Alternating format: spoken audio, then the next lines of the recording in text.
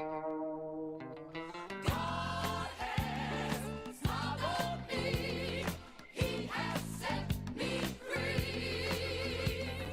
God has smiled on me. He's been good to me. Let me tell you, God has smiled on me. He has set me free. God has smiled on me. He's so good to me. Let me tell you, God has everybody, sometimes, He has set me God Almighty, I feel so good. God has smiled on me. Oh yeah, good to me. One more time, yeah. Smiled on me. Every day of my life, I feel it. You give me strength and energy. Help me to sing. He's been good to me. Oh yeah. This is Reverend Sharpton of Brooklyn, New York.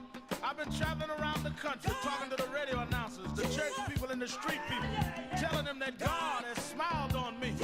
God has smiled on you if you got breath in your body, if He woke you up this morning and started you on your way. But I want to tell you some stories of people that God smiled on. We know the story of Dr. Martin Luther King, how it started way back in Montgomery, Alabama in 1955, trying just to get dignity, trying to get respect. And he went all the way to the mountaintop. But he didn't forget about the brothers in the valley. He didn't forget about those trapped in the alley. And I hear Brother Martin King saying, God has smiled on me. He's been good. Let me tell you, God has smile on me. You've been so good to me. Then I see as Dr. King went on, another man stepping to the forefront by the name of John F. Kennedy, who rose up and said, let's not stand back. Let's not wait for a handout. Let's wait for a way out. He said, ask not what your country can do for you, but what you can do for your country. He said, don't us gravel and don't us moan, because God done smile on us. Let me say it. God has smiled on me. He has set me free. Let me say it. God has Yeah. smiled on me. One more time. Good. I want to say it real slow. I'll say God has smiled on me. He has set me free. Get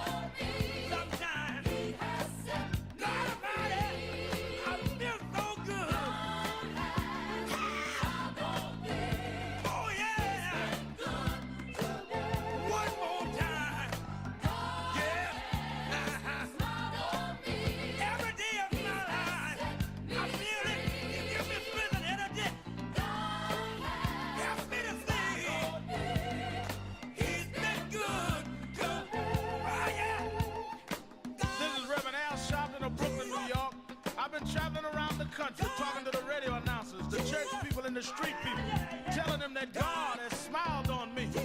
God has smiled on you if you got breath in your body. If he woke you up this morning and started you on your way. And I want to tell you some stories of people that God smiled on. We know the story of Dr. Martin Luther King, how he started way back in Montgomery, Alabama in 1955, trying just to get dignity, trying to get respect. And he went all the way to the mountaintop. But he didn't forget about the brothers in the valley. He didn't forget about those trapped in the alley.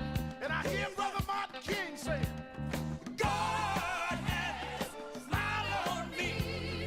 He's been good to me. Let me tell you, God has smiled on me. It's been so good to me. Then I see as Dr. King went on, another man stepped into the forefront by the name of John F. Kennedy, who rose up and said, let's not stand back. Let's not wait for a handout. Let's wait for a way out. He said, ask not what your country can do for you, but what you can do for your country. He said, don't us gravel and don't us moan, because God done smile on us. Let me say it. God has smiled on me. He has set me free. Let me say it. Yeah. For the next 3 hours, it's time to put aside all pretenses, deception, denial, or fronting. The time has come to keep it real on Keeping It Real with Reverend Sharpton. A very good afternoon to you all across the country, and good morning to our West Coast listeners. Welcome to those listening on Sirius XM Channel 126, The Urban View, where talk empowers and becomes action. I'm coming to you live from our National Action Network corporate headquarters in New York. For the next 3 hours, it is Hot Button Monday. On Mondays, we open up the phones and we open up the comments page on our live stream page at nationalactionnetwork.net for you to write your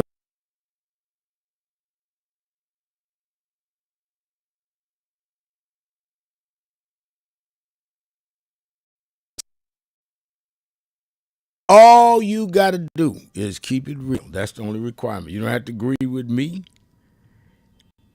and I don't have to agree with you. All we got to do is be real, talk about the issues, and I'll be able to defend my view if we disagree, and you be able to defend yours and still respect and love each other when we get through. That's why we do this show. Been doing it now 18 years. And love it. It is one of the highlights of my week. Well, a lot is going on. And I'm looking at this whole concern I have, and I think others should have, about where we are with this economy. Because China has halted some critical exports as this trade war intensifies in response to President Trump's, I think it was April 2nd, tariff escalation. China has halted the exports of critical rare earth magnets and heavy rare earth metals. And these are used in electric cars, drones, missiles, A1 chips, while they are implementing a strict export license.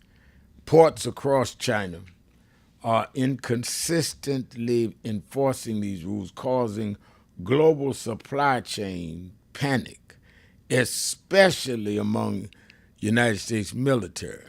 So they're messing with stuff that's going to matter. Metals, rare earth metals, and rare magnets. This is real. This ain't pool room gossip talk. This can affect a lot of stuff. The global disruption looms as supply chains are strangled. 90% of rare earth magnets and nearly all heavy earth metals are refined in China. So the geopolitical leverage and environmental concerns intersect here. And while we're looking at the price of eggs, and we should, and looking at, the price of beef, and we should, when you're talking about rare minerals and rare metals not being accessible, that puts the military and our safety at real risk. So President Xi of China sit back saying, okay, you can talk your talk, but I got some things to whip you in line. It's very interesting. Let's talk about that. Let's talk about how the man accused of setting the fire to the Pennsylvania governor's house, Governor Shapiro, yesterday. Man who's identified as Cody Balmer, 38, broke into the mansion of the governor. He's admitted to hatred. He's not said it was a race attack based on him being Jewish, Shapiro, but he did say he hated Shapiro. And let's talk about the continued violence. I remember it was in the middle of my show last night that Shapiro did a press conference, and I stopped and we played the press conference last night on my show, and then picked up and went right back into having Uche talk about health care and members of Congress talk about what's going on with tariffs. In fact, I see on our comments page, Dolores V. Seals says, good morning, or good Monday, I'm saying good Monday afternoon to my favorite, Reverend Al. Good afternoon to all NAN listeners, to NAN and all listeners. Rev, I watched your show on MSNBC yesterday, and I enjoyed it so much going on with the trade war. Trump, through his greed, will bring about destruction. That's from Dolores. So I'm reading our comment page already and taking calls already. 1-877-532-5797, 1-877-532-5797. So we see the governor of Pennsylvania. I mean, people hate is driving them all kinds of ways, which is why I've become even more careful with my security.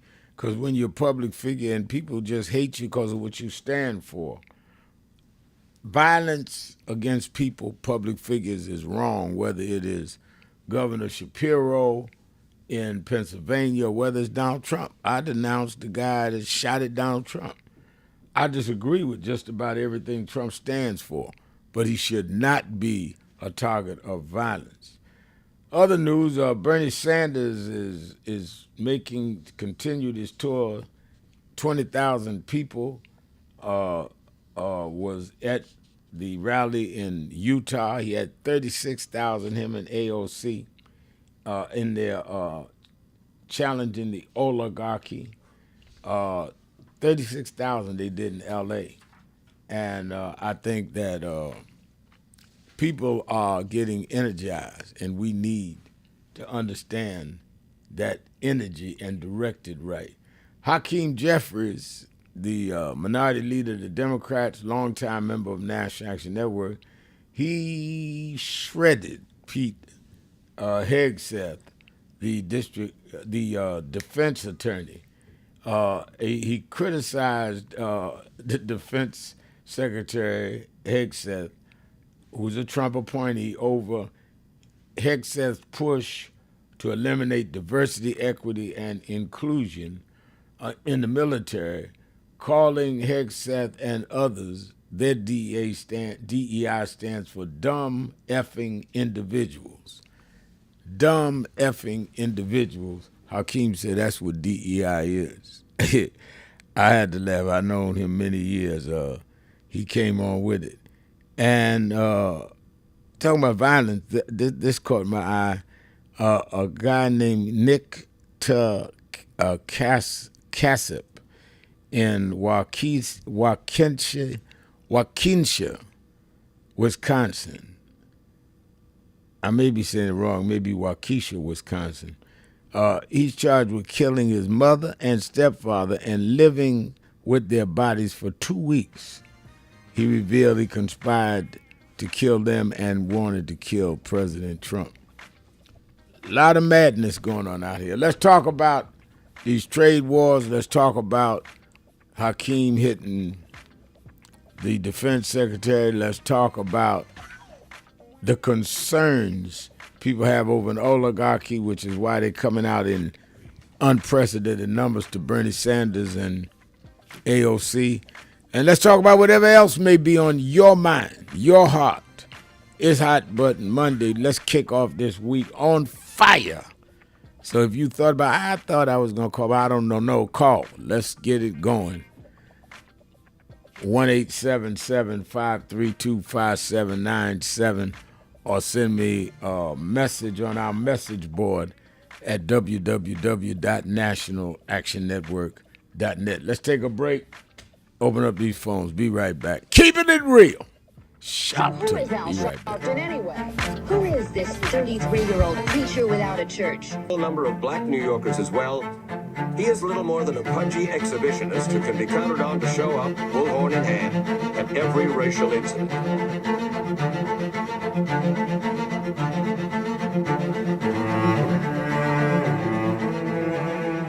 I often quote Mark Twain saying, "The two most important moments in life is the moment you are born and the moment you find out why you were born." I had a very troubling conversation the other day that prompted me to do this little video. Young man that I've known a while came to me and he was crushed. I mean, really crushed, because people were criticizing his work. He's in the ministry, but he's also an actor. And he said he couldn't understand why people were jumping all over, criticizing him, trying to find scandalous and derogatory things about him. And I told him, I said, you know, you very young. You don't know the road I've traveled. They call me everything but a child of God. Racial discord, a blabbermouth, a loudmouth, too flamboyant, an agitator, a racist, I a race had to baiter. learn. Yeah, right. I was not defined by how others saw me. I was defined by how I saw myself and whether I was being true to myself. Some of you watching this don't like me. And it doesn't matter as long as I know what I'm doing and I like me for being real. So I'm doing this video to say to you, whoever you are and whatever you do, you may not be in ministry or social justice, none of this stuff, but don't live your life worried about opposition or people that don't like you. You can turn that around. Use me as an example. The same people that called me a scam artist, a con artist, a sellout, or racial hustler and all, I kept going. And the people I respected started respecting and publicly embracing my work. When Coretta Scott King, the widow of Dr. Martin Luther King Jr., had this to say about Al Sharpton. A leader who has protested injustice with a passionate, unrelenting commitment to nonviolent action in the spirit and tradition of Martin Luther King Jr. And I am talking about your leader, our leader, the Reverend Al Sharpton. The other thing that hasn't changed is the National Action Network's commitment to fight injustice and inequality here in New York City and across America. And that's not only a testament to Reverend Sharpton, it's a testament to all of you who are here tonight. First and foremost, to Reverend Sharpton. I saw him when he first came on the scene, and I have marveled at his tenacity, at the development of his intellect, and his devotion to our movement, and much he has contributed to the world we are experiencing. I am honored, and I must say that when I had my debate with Dr. King on the issue of the church and religion, He didn't warn me that after his departure, his space would be filled by another preacher, and that preacher would be Al Sharpton. All you want in life is people that matter to you to say you did all right. And more important, that you can look in the mirror and say you did all right.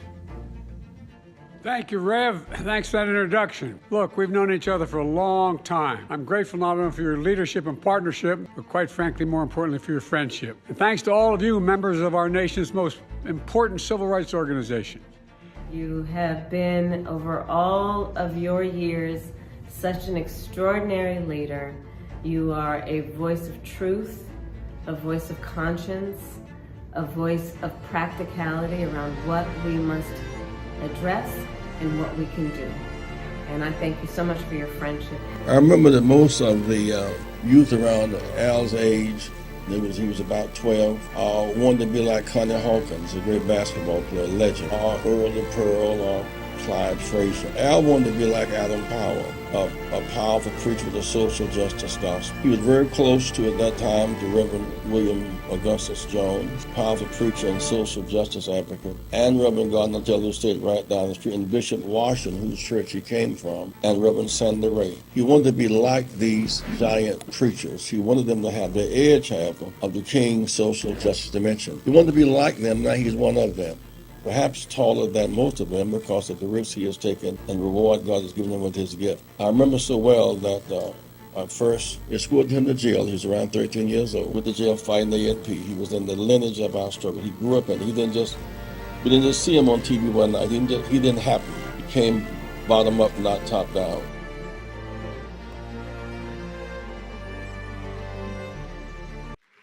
So as Dr. Richardson comes to give us the benediction, I want us all to stand, and we're going to join hands crossing as they used to cross their arms,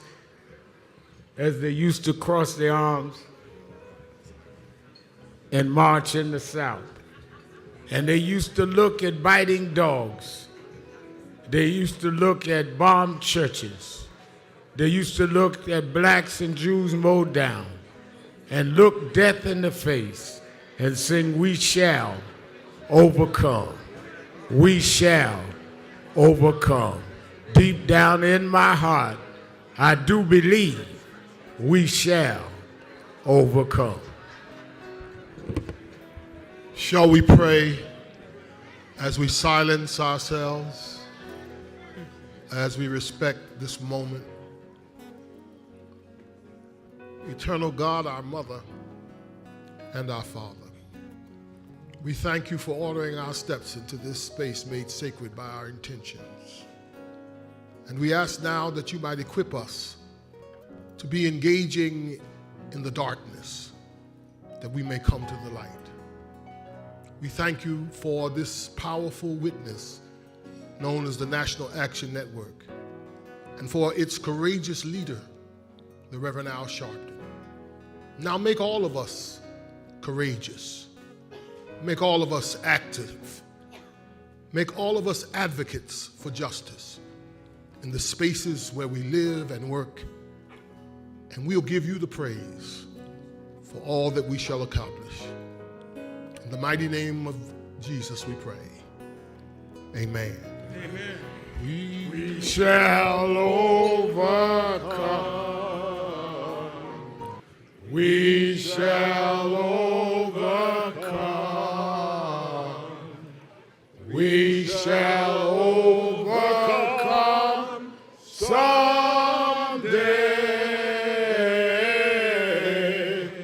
Oh, deep in my heart, I do believe we shall overcome someday. One more time now. We shall overcome. We shall overcome. We shall overcome someday. Oh,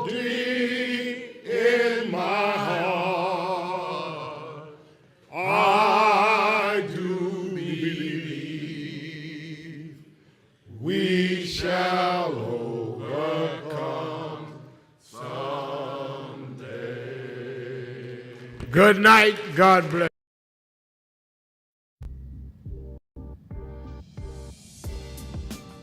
As I was sitting at my desk doing the radio show, I thought about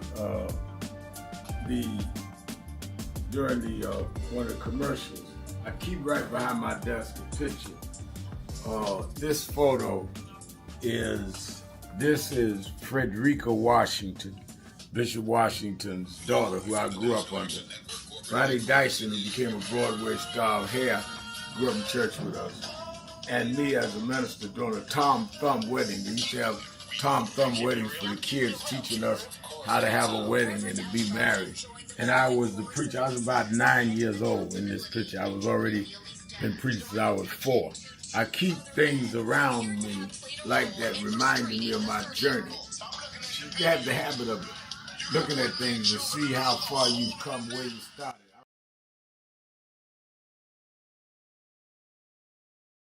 Doing this show 18 years, and my senior producer, Fatim Muhammad, who's been with me since the first show, sent me that we have been here 19 years.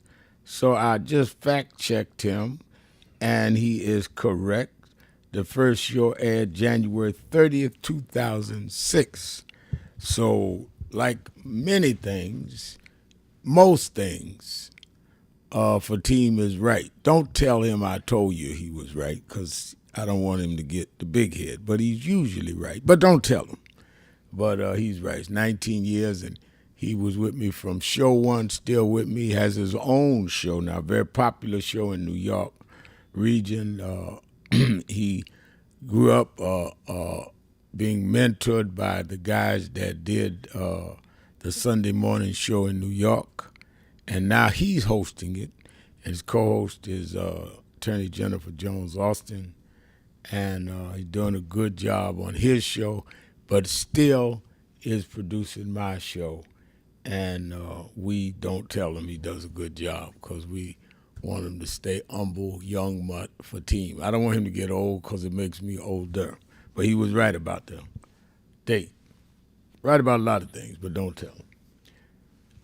Don't forget, every Saturday and Sunday, watch Politics Nation with Al Sharpton live at 5 p.m. Eastern Time on MSNBC.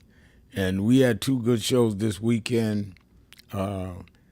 Everybody from Congresswoman Plaskett to Congressman Horsford out of Vegas.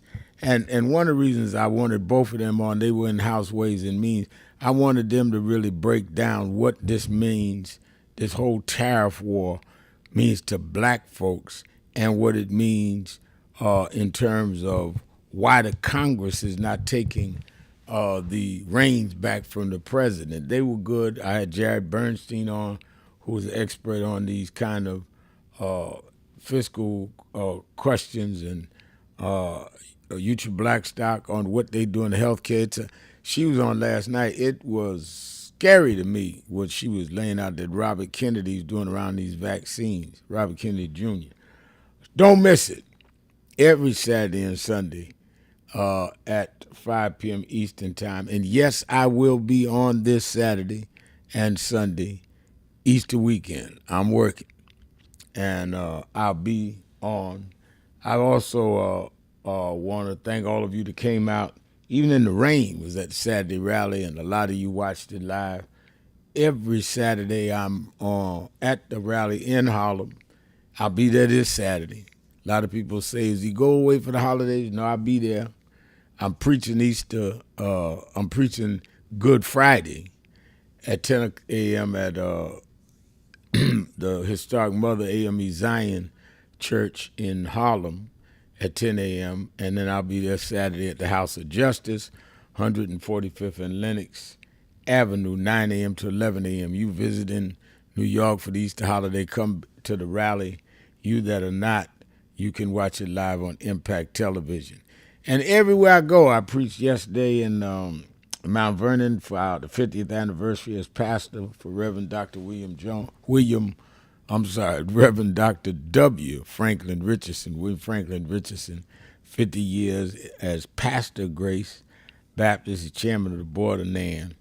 And everywhere I go, people saying, I'm getting ready August 28th for the March on Wall Street. So it's starting to get a buzz. And I want you to help me get a buzz by signing up so I can send you weekly, starting next week, different updates. I send you an email and say, this is what you ought to tell people to come to the march with you. And this is why. Just a paragraph. I'm not going to give you no 2 or 3 pages that you're not going to read. So sign up at www.nationalactionnetwork.net, www.nationalactionnetwork.net, and go to the page where the August 28th march. Usually we march on Washington on the 28th to commemorate the March on Washington, where Dr. King gave that historic speech known as I Have a Dream, though he talked about a lot more than that. We're going to Wall Street this year rather than Washington because we want to put the corporate world on notice, since they're killing DEI, that we're not going to let them kill the dream. We're going to march from the African burial ground right down to the center of Wall Street where the stock exchange and all of that trading going on. And we want to bring thousands, tens of thousands of us. So go and register now. Say, send me the weekly. I'm going to try to see if I can't get nobody but the folk in my house or the folk in my building or the folk on my block. Give me something to say, Reverend Al. We got 3 months. Let's do it. Sign up now at www.nationalactionnetwork.net. All right, it is Hot Button Monday. Let's go right to the phones. I couldn't start the week better than with my dear friend in Chicago, the beloved Miss Eunice. Miss Eunice, you're keeping it real with Al Sharpton. Well, good afternoon to you, my dear friend. Good afternoon. Reverend, whenever I think about the Democrats, I get angry. Now, they always playing by the rules, but the Republicans have thrown them out the back door. Why couldn't they stand up for Representative Green and they just let him hang out there by himself? He wasn't doing anything. And these Republicans have said and done some awful things, and Trump stands up for them. And violence is incited by him because he's always saying something out of order and telling people you should do this, you should do that. And he was supposed to meet with the Salvadorian president today, and I'm wondering if he's stressing the release of Mr. Garcia and that it was a mistake. You think he's talking about that? Yeah, I saw some of the press stuff. In fact, they played some of it live, and it came up, but then Marco Rubio was in the meeting, the Secretary of State, and they was arguing more about the judge. The judge can't tell us what to do. Judge can't do foreign policy. The president can. I didn't hear any real conclusion for the parts I watched on what they were going to do about returning this young man that they admit should have never been sent to this super jail in El Salvador. They're talking more about how the president of El Salvador take all of the criminals we send. Yeah, they paying him. So if they're paying him, he ought to know where the guys that are wrong are, and he ought to commit any other people come wrong, I'm going to send them back. It is inhuman. It is totally inhuman. Figure it out. And as you know, I'm so glad that nothing happened at the governor's mansion in New York. Yeah. And thank you. Yeah, in Pennsylvania. Yeah. Yes, Pennsylvania. Yes, I'm sorry. All right. Thank you, Miss Eunice. Let me thank James Green, Reverend J.C. Green here in Aiken, South Carolina. He's 10 miles from where the Godfather soul, my surrogate father, lived. I've been many times to Beach Island, South Carolina, near Aiken. And Reverend says to me, keep on keeping on, and may God continue to keep you in his care. Thank you, Reverend Green, and I appreciate that coming from down there where I spent a lot of time with the Godfather soul. Thank you for hitting me from Aiken. And by the way, Reverend Green, I still preach now. Y'all can invite me sometime. Not that I'm throwing hints or nothing. Let's take a break. Keeping it real. Sharpton. Be right back.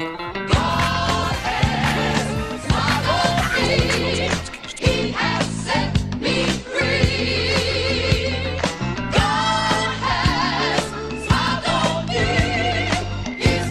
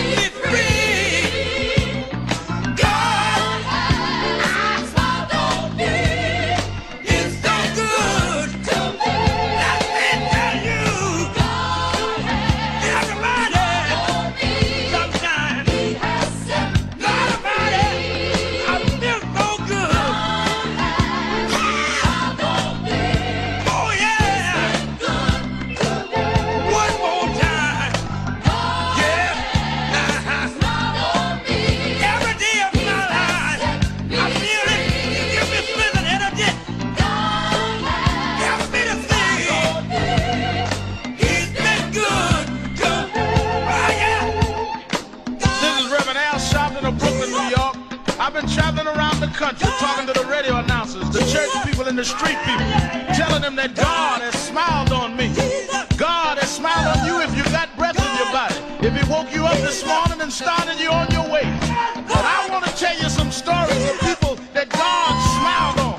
We know the story of Dr. Martin Luther King, how it started way back in Montgomery, Alabama in 1955. Trying just to get dignity, trying to get respect. And he went all the way to the mountaintop. But he didn't forget about the brothers in the valley. He didn't forget about those trapped in the alley. And I hear Brother Martin King say, God has smiled on me.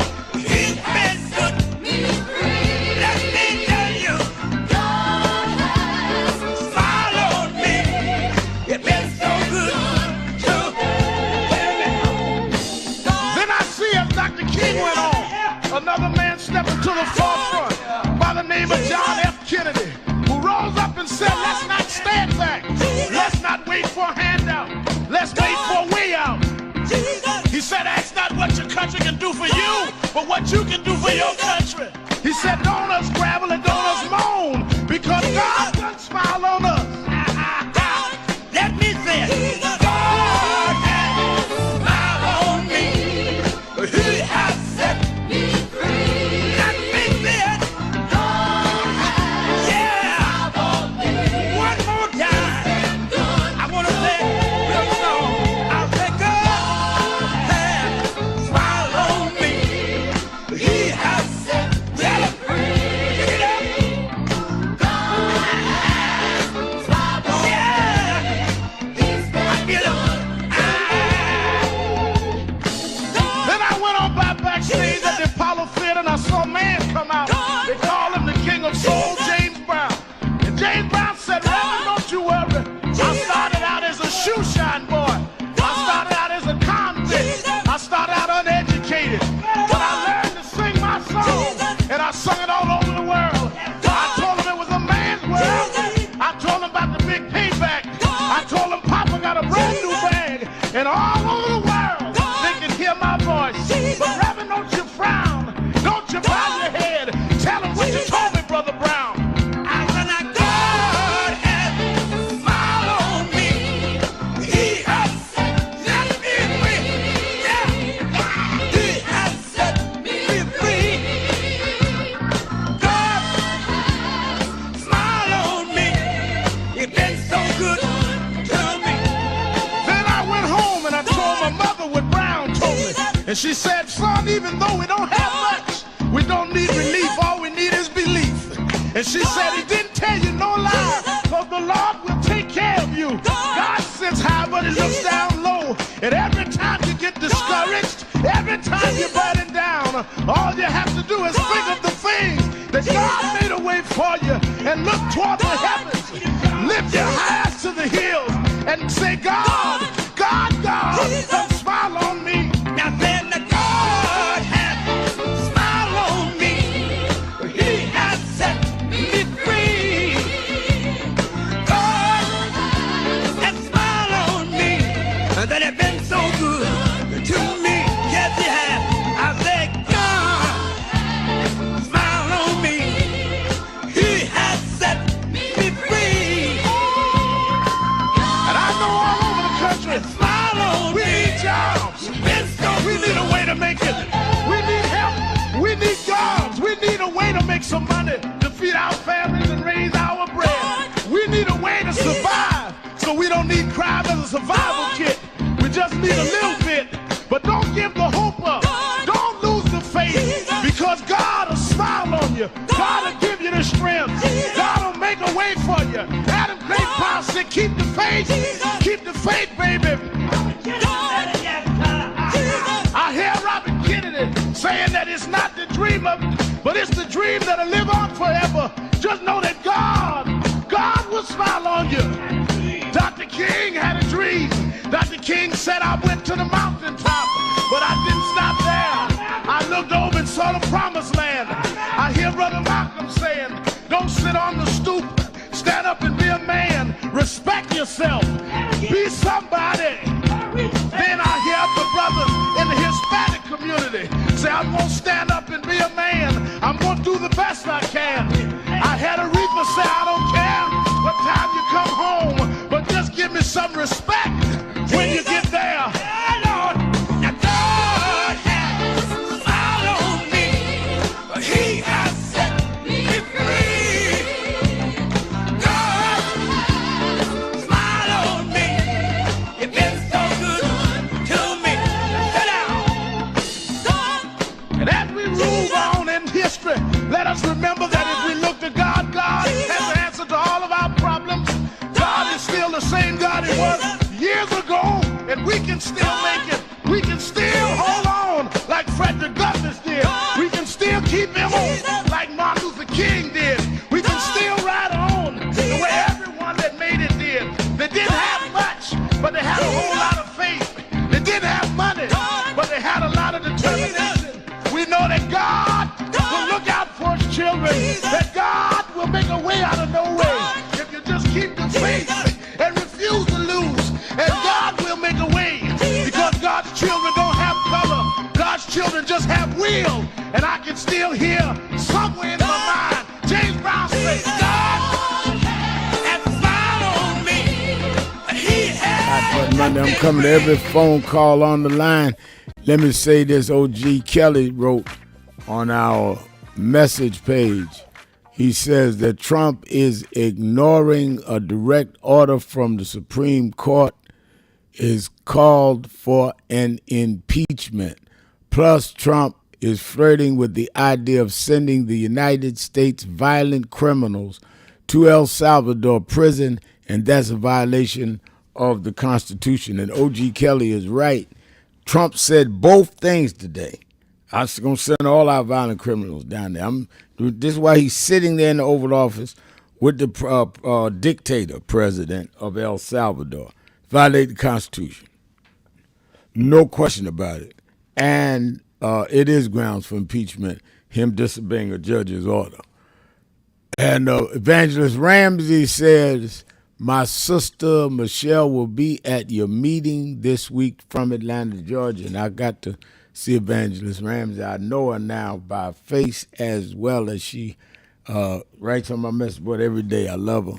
And I'm going to look forward to meeting her sister. And the mayor, Rodney Jones, said his father was from Aiken, South Carolina. I was reading Reverend Green's message to me from Aiken. I spent a lot of time in Aiken, Rodney Jones. In fact, my great grandfather, I found out several years ago, many of you heard me talk about it, was a slave in Edgefield, South Carolina, which is not far from Aiken, and right down the road from where James Brown's mansion was. All them years I'd go down to James Brown's mansion, I never knew I was within 3 miles of where my great-grandfather was a slave.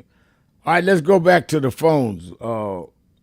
1-877-532-5797. Demetrius in Cleveland. You're keeping it real with Al Sharpton.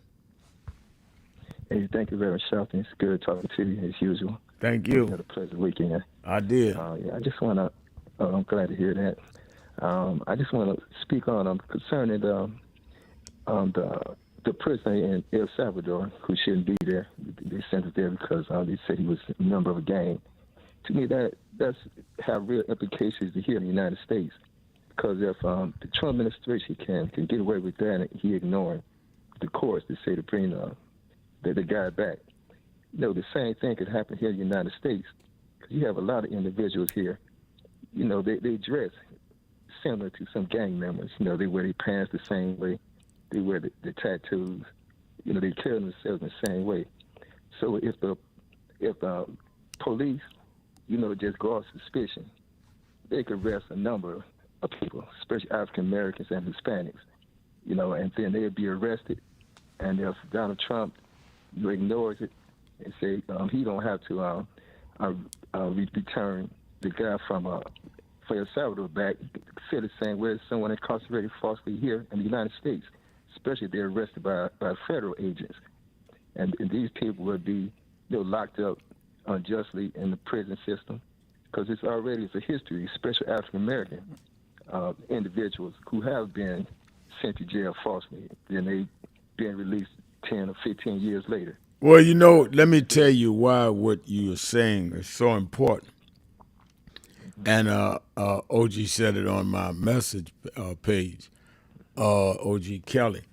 The reason it's so important is if Trump is saying he would send violent criminals to El Salvador, which Kelly's right is against the Constitution, he is inferring he's going to send them before they have due process.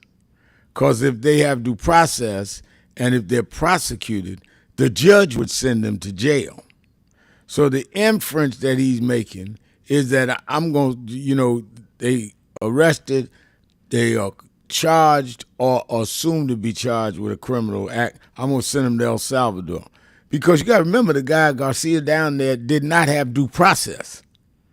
And if you have due process and you're indicted for something and go to court, if you're found guilty, the judge is going to sentence you to wherever you go. They're going to take you out of court that day or give you a day to show up at where you're incarcerated. So by him saying he's going to send it to El Salvador, the inference there is you're not going to get due process. And that is scary. That is as close to totalitarianism and dictatorship as you can get. That is true. Because I was thinking on the same lines. Because in a way, he's saying that he the one decided someone exactly is a criminal or not. He's not leading up to criminal justice system. He's playing up to his own.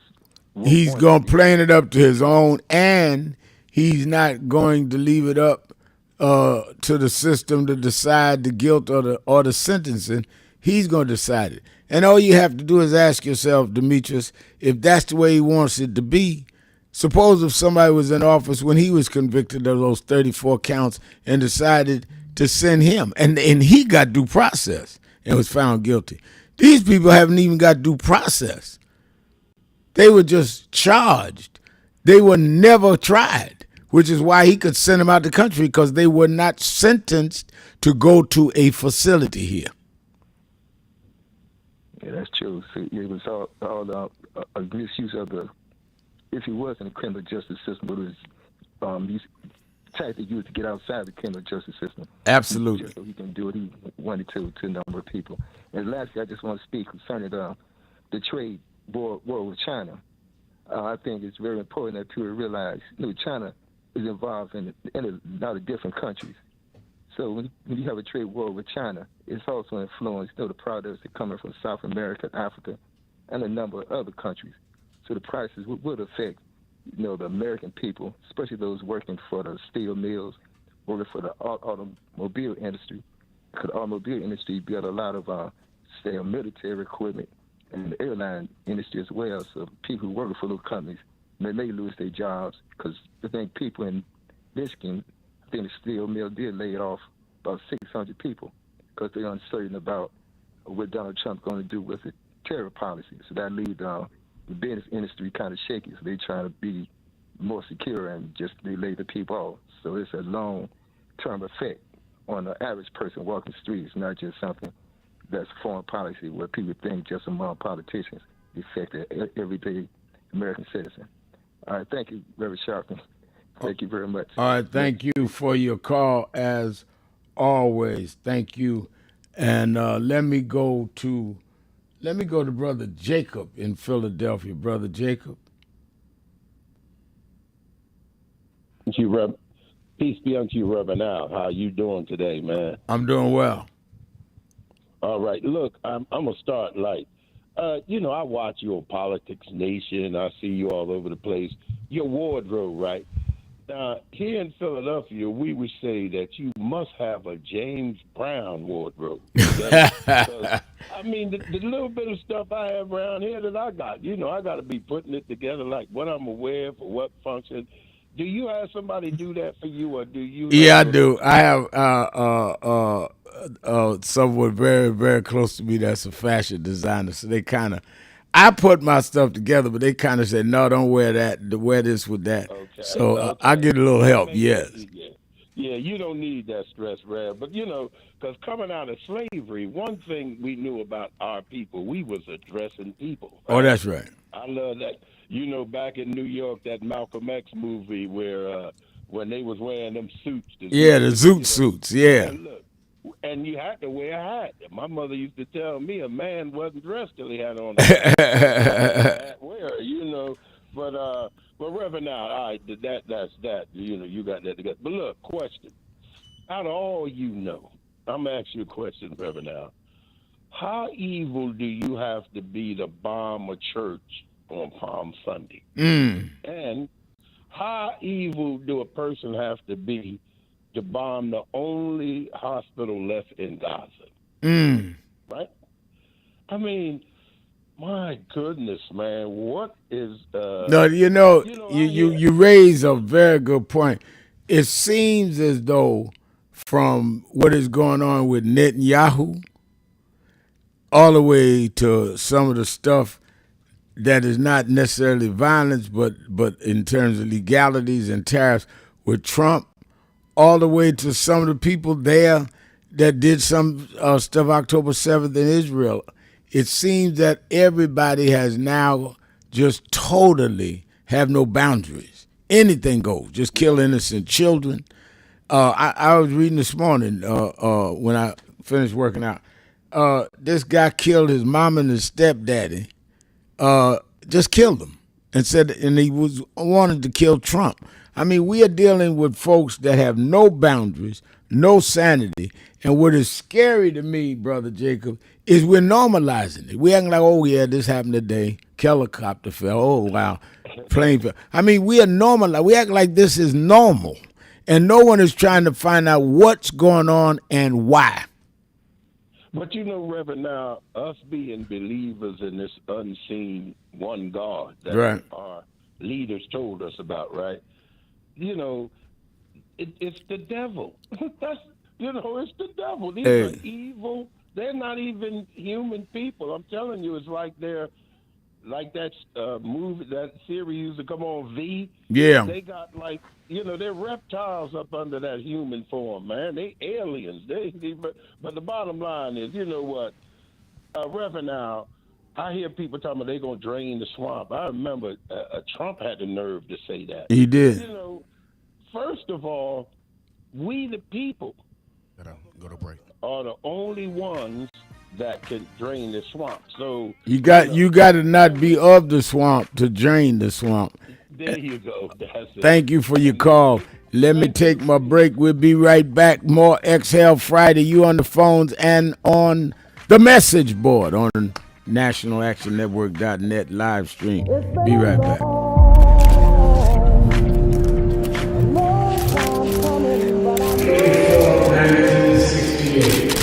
Dr. Martin Luther King was killed in Memphis, Tennessee. And it has been the commitment of National Action Network to always, in the month he was killed, to let them know they killed the dreamer. I have a dream today. When they came for the dream.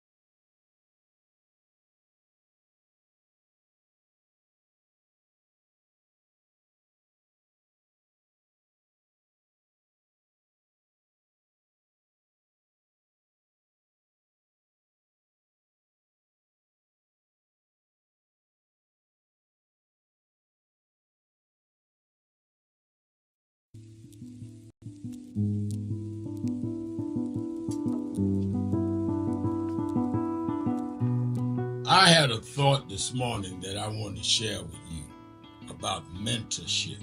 I am able to do a lot of what I do because I had great mentors, but there are correct ways and incorrect ways to mentor people, in my opinion. I was mentored as a boy preacher by Bishop F.D. Washington, one of the great Pentecostal preachers of his time. Then Reverend William Jones became my pastor after Bishop Washington died, who was unquestionably in the top 5 black church ministers, theologians. Reverend Jesse Jackson, who I started my activism under his leadership, he and Reverend Jones. And I learned politics directly as a youth director from Shirley Chisholm.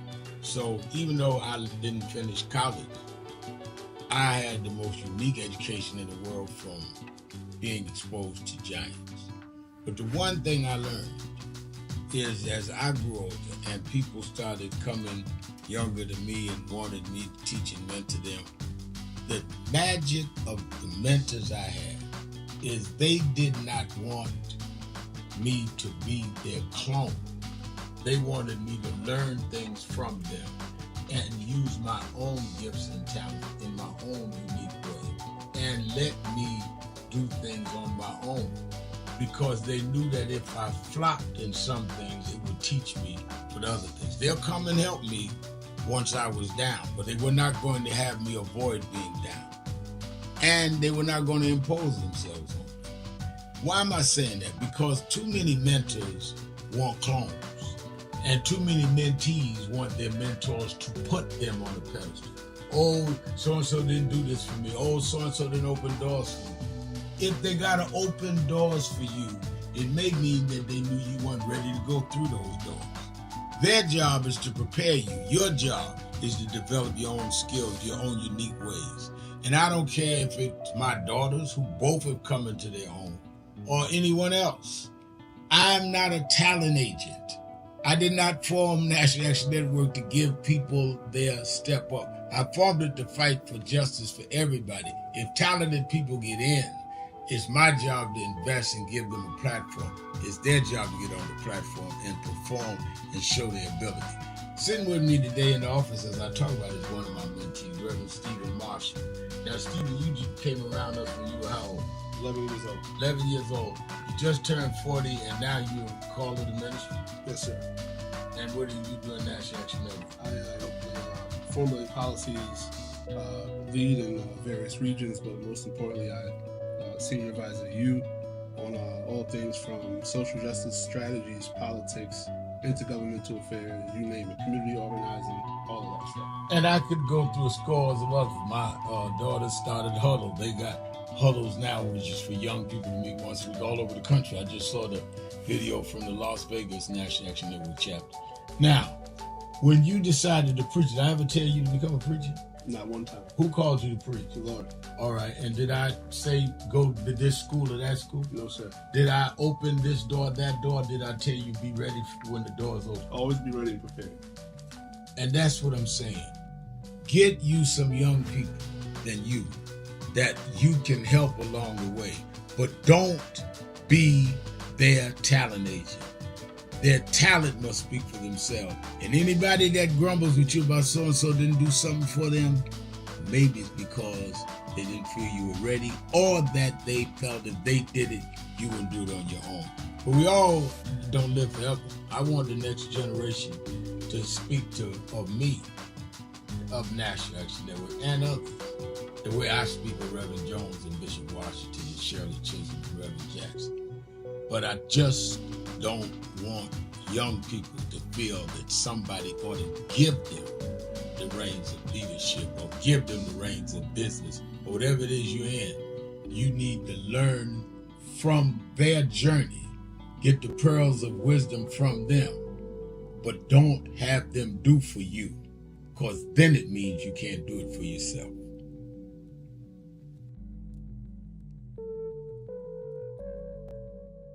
Thank you for joining us for Weekdays Live with Reverend Al Sharpton. Take the time to share this broadcast right now. Tell your friends it's time to keep it real with Reverend Al. Comment your questions now in the chat or call Reverend Al Sharpton directly on air at 877-532-5797. Now stay tuned for Reverend Al. This is Reverend Al Sharpton. As you watch the broadcast, support National Action Network. Go to www.nationalactionnetwork.net and be involved. You can join, take your membership right online, www.nationalactionnetwork.net. Getting ready to start the program, but we need you to be part of the movement.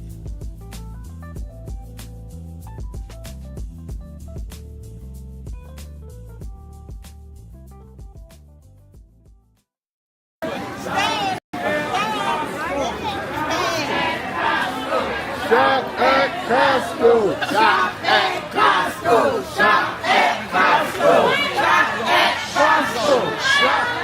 Costco. Shop at Costco. And I want to be clear, loving your country doesn't mean lying about its history. You want to have a conversation about what makes America great. What makes America great is the uniqueness that this has been a country that is actually, despite a very uneven past, still can have an opportunity for each and every one of you to be here. Still can have an opportunity for the blessing of a Reverend Sharpton. Still can have an opportunity that you can have a person who was raised by an immigrant single mother, a person who joined the Army when he was 17 years old and went to a 2-year college, who can now sit here as the 63rd governor of the state of Maryland. We want to have a conversation about what makes this country great. And so this idea that this is being done because we don't want people to feel bad is a farce. The reason this is being done is because they do not want people to understand their power. Because when you understand your history, you understand that nothing is impossible. And you cannot minimize me because I know where I've come from. And I know who I've come from. You cannot tell me to sit in my place when I know my place is on a higher hill. And so this assault has nothing to do with making people feel comfortable. It's about making them feel uncomfortable, because understanding the true history, it matters.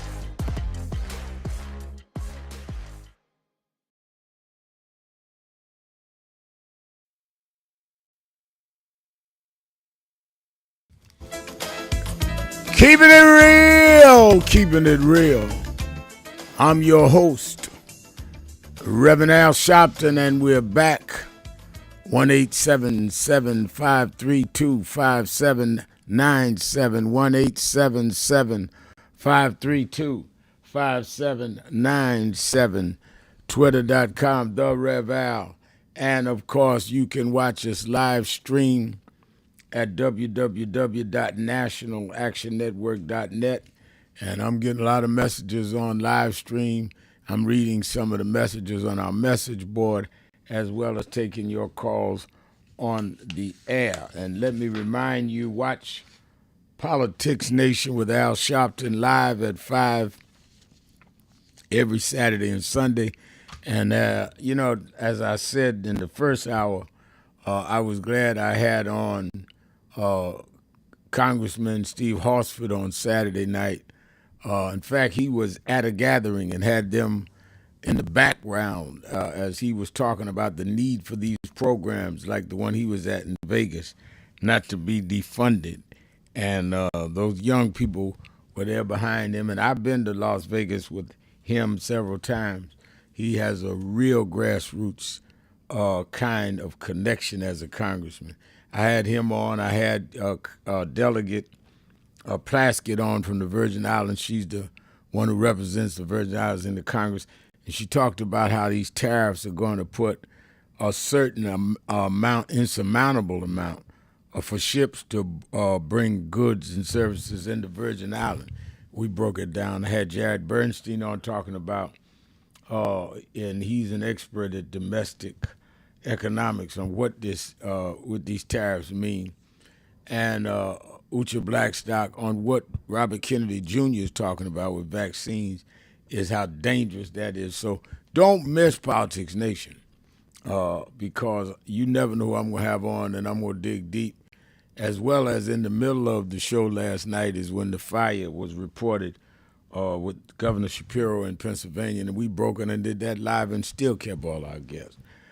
And, of course, you in the New York area, many of you may come in for Easter weekend. Well, I am not taking the weekend off. I will be at the Saturday Action Rally at the House of Justice in Harlem, 145th and Lenox, from 9 a.m. to 11 a.m. Meet me there or beat me there. And you that are not in the New York area, you can watch it live on Impact Television. And this is going to be my special Easter weekend message on Saturday. And we need to really understand what that is and how it relates to now, including what is going on economically now. So be at the Saturday rally or watch it on Impact Television, or you can watch it on the live stream at www.nationalactionnetwork.net. I also urge you that in the New York area, I'll be preaching the Good Friday services this Friday, which is Good Friday, at the historic Mother AME Zion Church on 137th Street in Harlem, Friday morning at 10 o'clock. And don't forget, we are mobilizing right now, 3.5 months in advance, for the March on Wall Street. Usually at August 28th, we go to Washington. We're not going to Washington this year. We're going to bring the March to Wall Street to challenge the corporate structure, the corporate elite. We don't control the White House, the Senate, or the House, but we control our dollars. We're going to put them on notice as we do these countdowns to Pepsi, as we do these countdowns to other companies. We're going to put the whole Wall Street world on notice. You need to be there. You need to get 2 or 3 people with you. If it's people in your house, your family, your neighbors, if you sign up, I will send you a message every week starting next week on what you can say. Just a paragraph or 2. I'm not going to give you a whole lot of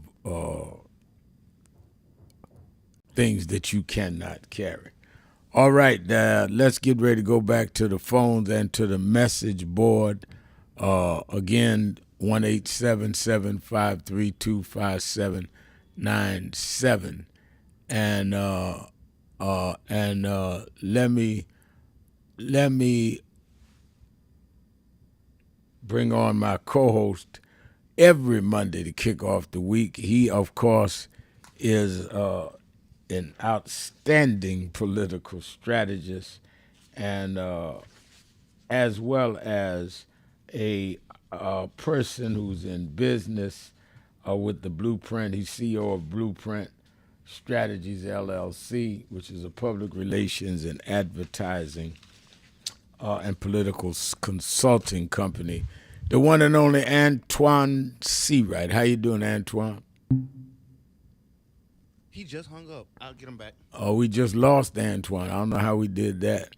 While Hold on, here it is. Hold on. I see Nzinga is on our message board saying, greetings, Reverend Al and family. I was watching on my smart TV your Detroit sisters. All right, Nzinga, I'm glad to hear from you. Do we have Antoine?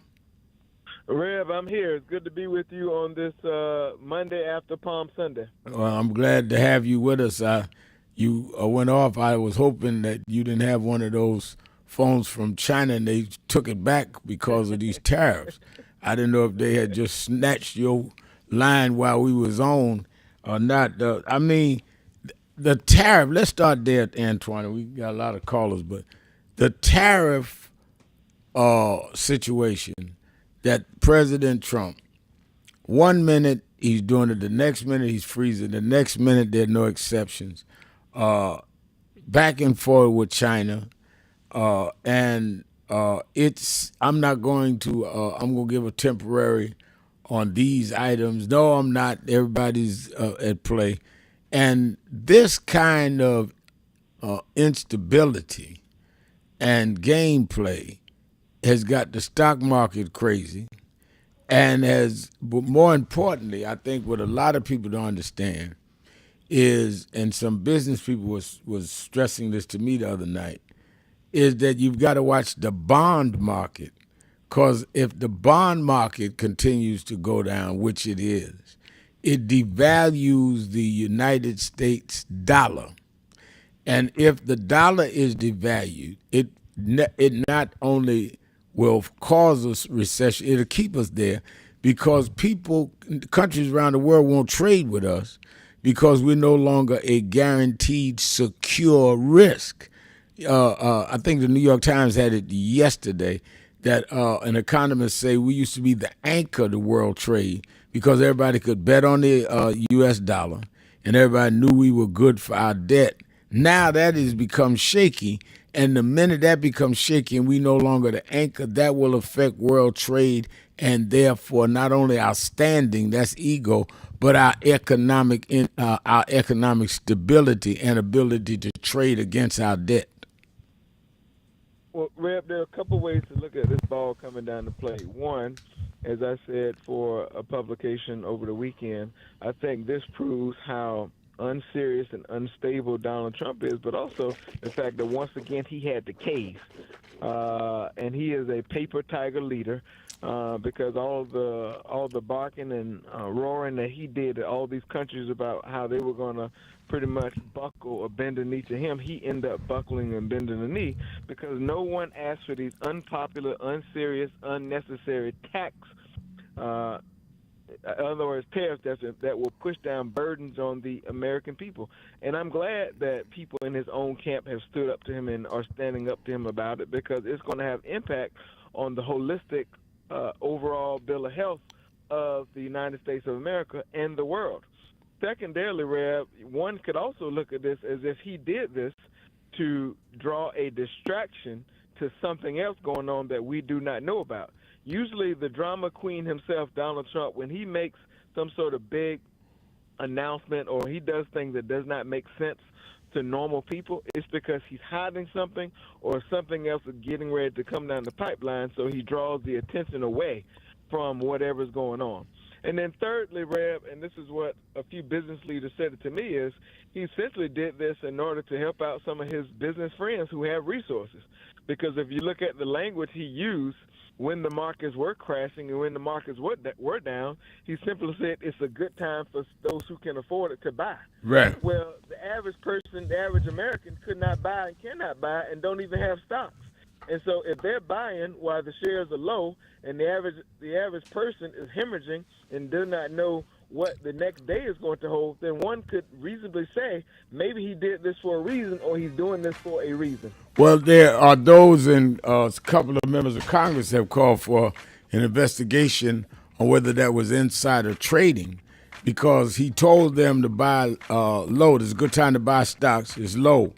When he knew later that afternoon he was going to reinstate and it would jack the stock prices up, which means they could dump at a huge profit because they had the heads up a few hours before. They're investigating whether that was in fact a conspiracy, which could be criminal.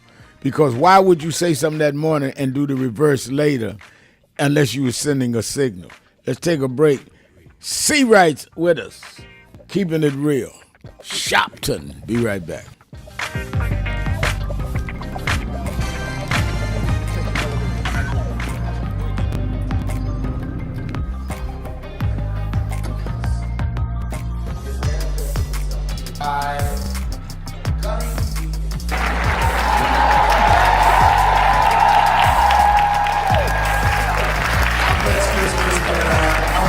I was going to bring you on. Now we're ready for the sermon. Welcome, Reverend Sharpton. I think it's clear where we are. The real question is what we're going to do about it. The only question is whether we going to get up and do what we supposed to do. They never knew what a cell phone was. They took a telegraph machine and a rotary phone and broke down the walls of apartheid. And we're sitting here with Instagram and Facebook and TikTok and 2 cell phones in your pocketbook talking about what we gonna do.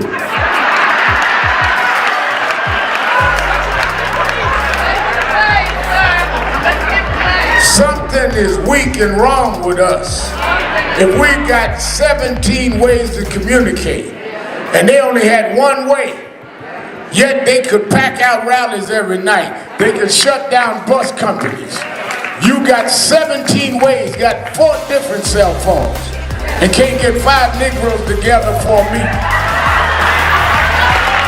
And we must have the self-respect. This ain't about whether you are militant or a moderate. It ain't about what organization you. Do you have enough respect for yourself that you're not going to treat me like this? We built this country. We shed blood for this country. We put it on our back. You're not going to do that to us in 2025.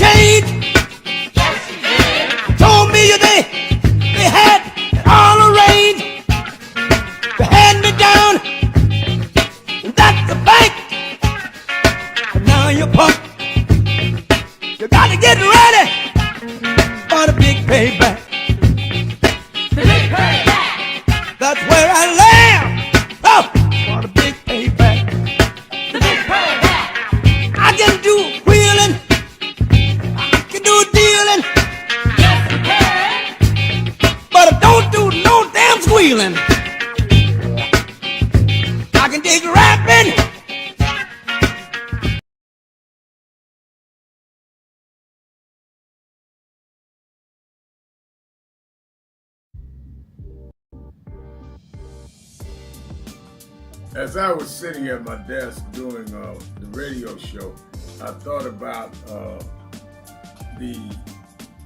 during one of the commercials. I keep right behind my desk a picture. This photo is Frederica Washington, Bishop Washington's daughter, who I grew up under. Ronnie Dyson, who became a Broadway star of hair, grew up in church with us. And me as a minister doing a Tom Thumb wedding. They used to have Tom Thumb weddings for the kids, teaching us how to have a wedding and to be married. And I was the preacher. I was about 9 years old in this picture. I was already been preaching since I was 4. I keep things around me like that, reminding me of my journey. You have the habit of looking at things to see how far you've come, where you started. I was a boy preacher here. Both Frederica and Ronnie have died, and I'm still preaching. I'm still here. I thank God. I don't take any day for granted, nor do I take me starting early for granted. Don't take your life for granted. Remember it, chart it, and be grateful for it.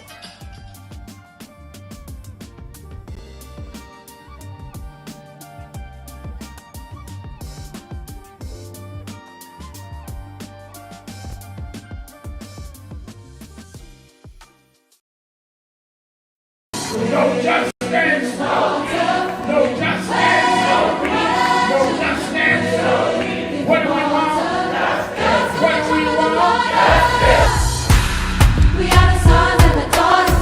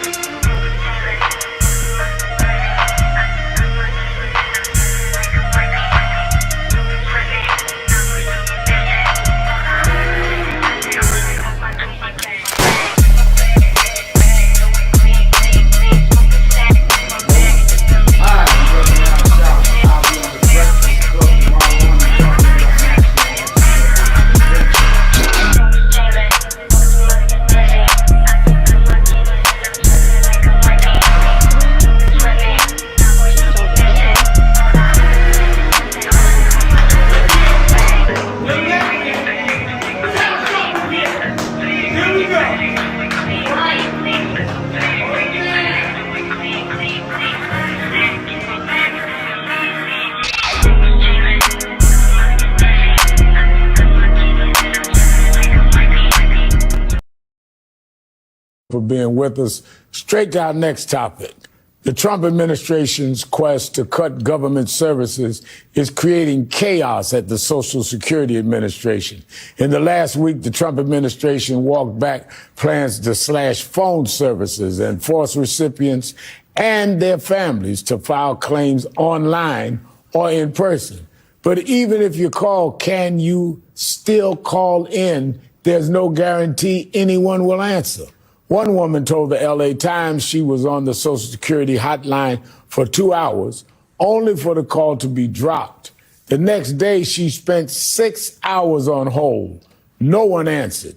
The website people are encouraged to use keeps crashing because the servers are overloaded. And if you think you can resolve it in person, good luck. Doge is cutting 90% of its regional staff, and field officers no longer take walk-ins. Joining me now is Debbie Stabenow, former Democratic Senator of Michigan. President Trump claims he doesn't want to touch Social Security benefits, but the heavy-handed efforts by Elon Musk and Doge Keeping it real. I'm your host, Reverend Sharpton, and we're back. Antoine Seawright is my co-host, kicking off the week, another week.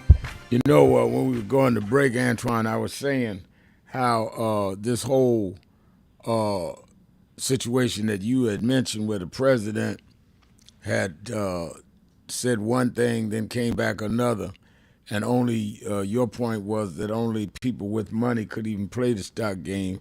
And I was saying there are those that I heard two members of Congress, one on my show, saying he ought to be investigated for inside trading because when he said that morning, buy, it's a good time to buy now, it's a good time to buy, did he know then that later that afternoon that he was going to change in terms of the tariffs and therefore the stock would jump up and you could dump it and make a lot of money? Roderick McCoy wrote me on the message page of our National Action Network's live stream. He says, any way you look at what Trump did was inside trading. Martha Stewart went to jail for less than what he did. It's a very interesting point Roderick makes, because when you think of people that was hit with inside trading, it was people that had inside information on what was going to happen. Now, I don't know, and you don't know whether anybody had inside information or not, or whether Trump knew when he said what he said that morning, he was going to change the whole setup that afternoon. But it is enough of a situation that it should be looked at, because there's no way that one would seem out of bounds to say, well, wait a minute, why did you tell people to buy stock if you knew you were going to change policies later that day? And if you didn't know you was going to change policies, then when did you decide to change them? What happened in the middle of the day that changed your current? So it's a very interesting situation. The problem, as you know, as a political strategist, is who's going to investigate him. Certainly his attorney general is not going to do it. Well, Reb, his camp won't do it, nor will his crowd hold him accountable, and I think that's the challenge and the consequences of the elections we're in. But I do think just like they are trying to do all these distractionary tactics in the Congress through the oversight committee with bringing people in from previous administrations and so forth, I think when this administration is over, we have a tremendous opportunity to hold them accountable and get some information. I do think Democrats should launch an investigation into what's going on, and they have the right to do that, particularly on the oversight committee and every other committee of jurisdiction, because I think the American people need to be held accountable. Rev, think about it. You have people in this country, forget about trying to make ends meet. They're putting two ends together, hoping they meet.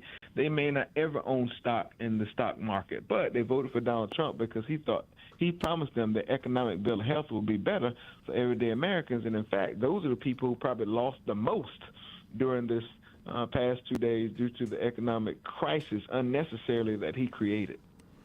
Let's go to Wale in Manhattan, New York. Wale.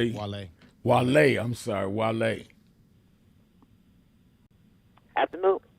Good afternoon, Reverend Sharpton. Good afternoon. Nice to see you. Great show. Thank you. I think everything is great. I just love everything about man. But this thing with NYCHA, this New York City Housing Authority, there's a lot to uncover about it. The fact that we have no security, even when it goes private, RAD, PAC, trust, and all this stuff, preservation trust, the gangsters still win. So we have no, and the tenant associations, I'm glad that we have your platform to discuss various things, because at this stage of the game, you have what was called the public service area officers, who are NYCHA officers who were merged with the city officers. They're in with the criminals, which are the district leaders, some of the tenant association presidents. So we as the residents have no protection. You either have to have a bodyguard or some guns on your hips at this level, because 90 Church Street, resident engagement, civic and political, resident engagement and civic, they supposedly work with the tenant associations, which they do absolutely zero. So we're all on welfare at this point, because these people are punching in and they're not doing any work. So you got HUD, Housing Urban Development, giving tenant associations what's called tenant participation activity funds for your family days, etc. But your TAs are not having any meetings, and so it's a free-for-all. It's a mess. And the only reason why I'm bringing it up, because there's so much that I know about it. If residents, this little bit of time I got to talk about, I'm grateful for. If residents will go to New York City Housing Authority and Google TPA funds, or just go NYCHA from A to Z, they will see, because they know we ain't reading. We could be owning our apartments since 1978. A lot of us don't know that. Some developments went OPMOM, which was a program where they gave money to the managements of different developments. There's so much information. There should be radio show, TV show to discuss just NYCHA, because at this point, a lot of people look at NYCHA people as just poor little welfare recipients. We got people, I know a lady with 5 autistic children, Caribbean, and she's got 3 master's degrees. Yeah. We got people, nurses and doctors. No, you got a lot of very, very well educated and others with well experience in NYCHA. And now I know who I'm talking to. Wale is a good organizer, good activist. Thank you for the information. And I think he is right. We must read. Go and read that, particularly you around the country. It's NYCHA in New York, but it is public housing everywhere. And we need to look at it, and I think that it is important. Thank you for your call, Wale. Dejeen Overbay says, good afternoon, Rev. You took me back to my childhood with your mention of Tom Thumb weddings. I remember being in one at my church. I put up on live stream, Antoine, that when I was 7 years old, I was already a boy preacher. Ronnie Dyson, who ended up being a Broadway star, married. He was 3 years older than me. I was 7. He's around 10. Married the bishop's daughter, who was a year older than me, and I performed the ceremony. So I put the picture up with me in my little robe and doing the Tom Thumb wedding. I don't think they still have Tom Thumb weddings. That may be before your time, Antoine. But that's all right. We're gonna make sure you have a real wedding. But anyway, let's go to. Take a break. I'll leave it there. I'll leave that one hanging. In fact, let's go to break so that can sink in to Antoine. I want that to sink in the pores of his skin. We'll be right back. Keeping it real. Sharpton. See right. Be right back. As I was sitting at my desk doing the radio show, I thought about during one of the commercials. I keep right behind my desk a picture.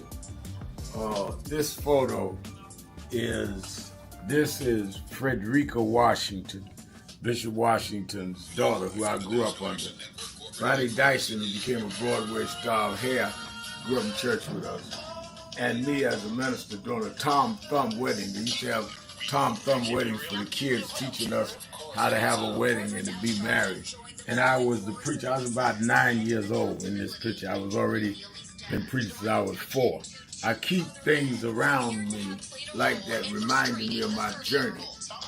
You have the habit of looking at things to see how far you've come, where you started. I was a boy preacher here. Both Frederica and Ronnie have died, and I'm still preaching. I'm still here. I thank God. I don't take any day for granted, nor do I take me starting early for granted. Don't take your life for granted. Remember it, chart it, and be grateful for it.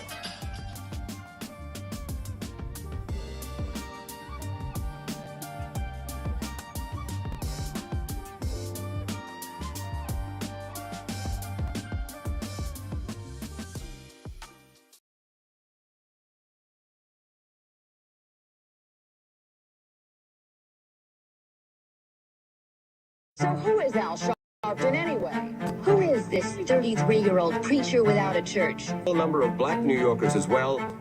He is little more than a pudgy exhibitionist who can be counted on to show up, bullhorn in hand, at every racial incident.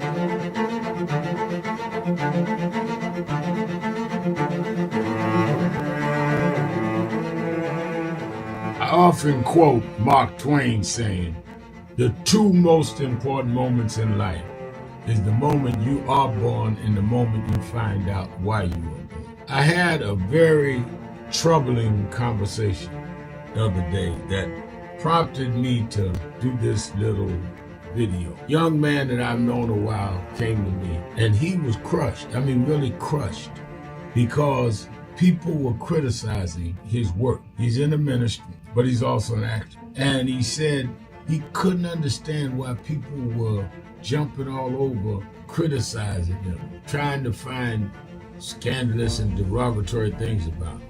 And I told him, I said, you know, you very young. You don't know the road I've traveled. They call me everything but a child of God. A blabbermouth, a loudmouth, too flamboyant, an agitator, a racist, I had to learn. Yeah, right. I was not defined by how others saw me. I was defined by how I saw myself and whether I was being true to myself. Some of you watching this don't like me. And it doesn't matter as long as I know what I'm doing and I like me for being real. So I'm doing this video to say to you, whoever you are and whatever you do, you may not be in ministry or social justice, none of this stuff, but don't live your life worried about opposition or people that don't like you. You can turn that around. Use me as an example. The same people that called me a scam artist, a con artist, a sellout, or racial hustler and all, I kept going. And the people I respected started respecting and publicly embracing my work. When Coretta Scott King, the widow of Dr. Martin Luther King Jr., had this to say about Al Sharpton. A leader who has protested injustice with a passionate, unrelenting commitment to nonviolent action in the spirit and tradition of Martin Luther King Jr. And I am talking about your leader, our leader, the Reverend Al Sharpton. The other thing that hasn't changed is the National Action Network's commitment to fight injustice and inequality here in New York City and across America. And that's not only a testament to Reverend Sharpton, it's a testament to all of you who are here tonight. First and foremost, to Reverend Sharpton.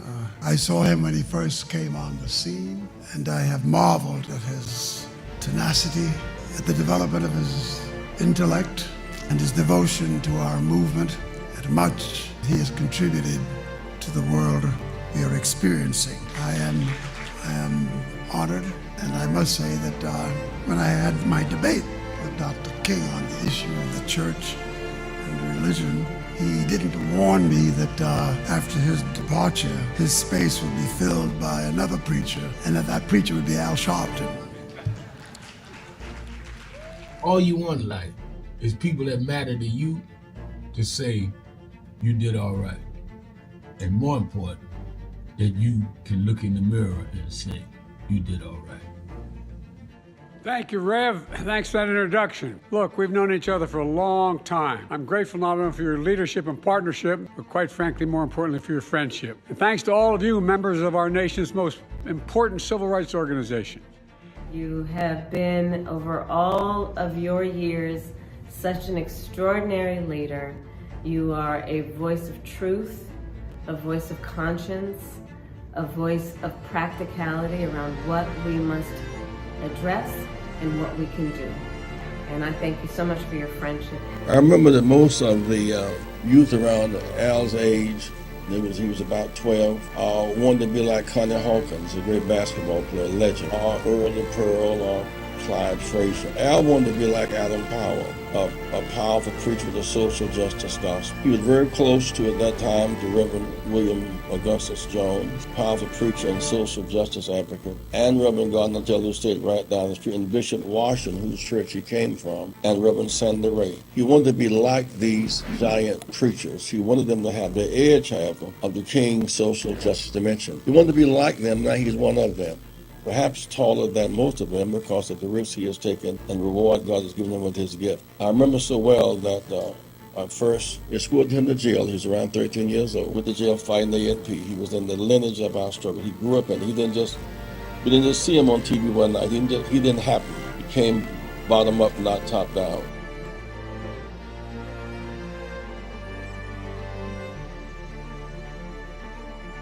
Thank you for joining us for Weekdays Live with Reverend Al Sharpton.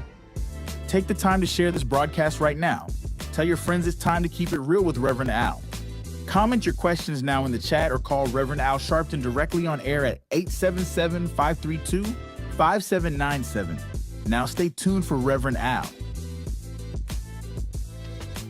This is Reverend Al Sharpton. As you watch the broadcast, support national. Let's go to Germany. Let's go across the pond to Germany to Rick. Rick, you're keeping it real with Sharpton and C-Right. Good day, Brother Sharpton. Good day, Brother Antoine C-Right. My comments are about the women going to the edge of space. And I just want to say that to get to the moon or Mars, you have to go through the radiation belts to get to outer space. And, you can't get humans through those radiation belts with the current technology without losing the crew. I think it's great that you have women going to the edge of space, but we ain't all going to Mars. The struggle is for the resources, for peace and justice on this planet as we trash the planet. Again, the science, when you learn the real science, the science says we ain't all going to Mars. Bezos and Musk, they may design a rocket with shielding for 4 humans to get through the radiation belts and to take a peekaboo on the planet Mars, but the majority of the human population is not going to Mars. The struggle now on this planet is to wage peace against conventional war and nuclear war. That is the concern on our planet today. I'm done, fellas. All right, thank you for your call. You know, Antoine, I saw some of the clips, and I know Gayle King fairly well, and she was one of the celebrities that went up. And I understand exploration and curiosity and the need for scientific discovery to continue scientific research and exploration to continue. And I'm not opposed to that. But I agree with Antoine. It also makes me wonder about how we are behaving, particularly now on this planet, that not only are not most people not going to Mars, I don't know if people in Mars or Jupiter or whatever but even warn us here, we have not managed human rights and human coexistence on this planet. Well, Rev, here's the issue I have with everybody drawing their attention to that specific kind of research. On the one hand, you're making that type of research a priority, which, you know, in the grand scheme of things, yes, that's okay. But on the other hand, you're cutting cancer research. You're cutting research at the National Institute of Health. You're cutting all these other programs that does research and provided results that have kept people alive here on Earth for futuristic explorations. Again, nothing wrong with that, you know, the journey to Mars and exploring what else is out in outer space. But what about research that's going to help people living on Earth currently do what they need to do? That's the problem I have with how this administration is behaving and the unseriousness they have. And then finally, to your point, if we really want to take care of the God-given resources that we have, then why cut funding from the Inflation Reduction Act, with the largest investment in the climate crisis in the history of the world, so we can stop polluting our airs? Why cut programs that keep bad polluters and bad actors out of black communities that end up giving us asthma, heart disease, and all these other things? Why not deal with those realities to be good stewards of what we have here on Earth, and then go deal with the things on Mars?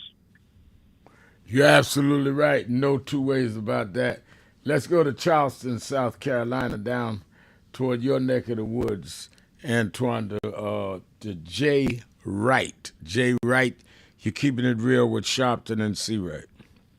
Well, number one, Reverend Al, I want to thank you, man. It is a pleasure. And to your co-host, C. Wright, thank you so much for what you do. Reverend Al, I want to thank you for your platform. Your platform and my mentor, Lincoln Ware, helped me create what I now have as the Jay Wright Show here in Charleston, South Carolina, a radio talk show every Sunday morning from 9 to 10 a.m. on WJNI 106.3. And my platform is all around everything that you gentlemen have done and have done for a very long time, and I greatly appreciate it. I'm a retired Army veteran, born and raised here in Charleston, South Carolina, well, in Mount Pleasant, South Carolina, and I spent 29 years away. But I've been back home the last 12 years, Reverend Al, and it's a pleasure for the last 5 years having a radio talk show here. And I want to invite you on anytime you want to come on, any Sunday morning when you got time out of your busy schedule. But what I want to bring to your attention and to your listening audience, because today is Hot Button Monday, right? Right. We have an issue right here in South Carolina that we've got to draw the attention of the nation around, because on April the 23rd at 11 a.m., we're going to wrap our hands around the State House in South Carolina to finally, hopefully, after 9 years, Reverend Al, finally get the hate crime bill passed. We are only one of two states in America, us and Wyoming, and geographically, nothing in Wyoming looks like South Carolina. We are one and only two states in the nation that don't have a hate crime bill. This bill went from being proposed by State Representative Wendell Gilliard, and I had him on my show last week to talk about this. This bill started after that domestic terrorist, Dylan Roof, killed those 9 folks in the Emmanuel Church that day. As Wendell indicated as a state rep, they have signed on into law several other bills that was done in a matter of 30 days and 45 days and some in 60 days. But for 9 years, this hate crime bill has been on the books here in South Carolina, and we cannot seem to get over the hurdle at the Senate, state Senate, to make this bill a reality. The bill has gone from, Reverend Al, has gone from being a standard hate crime bill to naming the bill after Clemente Pinckney, which was the state senator that got killed that night in the Emmanuel 9. I knew Reverend Pinckney, yes. And so, you know, State Representative Wendell Gilliard recoined the name of it so that hopefully it would then give those folks in the Senate a reason to want to vote for it, because then it was named after one of their colleagues, right? Right. But it didn't happen. But on April 11th at 11 a.m., I'm sorry, April the 23rd at 11 a.m., right now we're gonna get as many. And as I said on my show yesterday, I think every church in South Carolina should have convoys on their way to Columbia, South Carolina, to wrap their arms around the church, wrap their arms around the State House, because this incident happened in a church. So I wanted to call you today and And Mon, again, like I do, I have that show Sunday mornings, WJ. No, well, hold on. Let my engineers pick you up and get us your information. I love to do your show, and I love what you're talking about. You should work in North Charleston. Our chapter of National Action Network is headed by Reverend Nelson Rivers, and reach out. I know him, and I've had him on my show.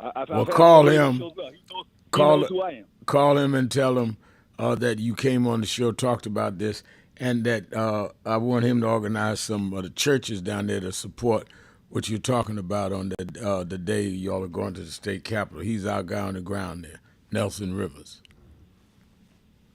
And I appreciate it. I want to tell you, I met you I was 10 years old on the corner of Fordham and University, visiting my sister during the summer, and you were on the corner by the park eating pizza, man. I can't remember that. Okay. Well, okay. Well, I don't eat pizza no more, and I'm a little older than when you was 12, but good to talk to you. Get us your information. Let's go to Tracy in Las Vegas, Nevada. Tracy.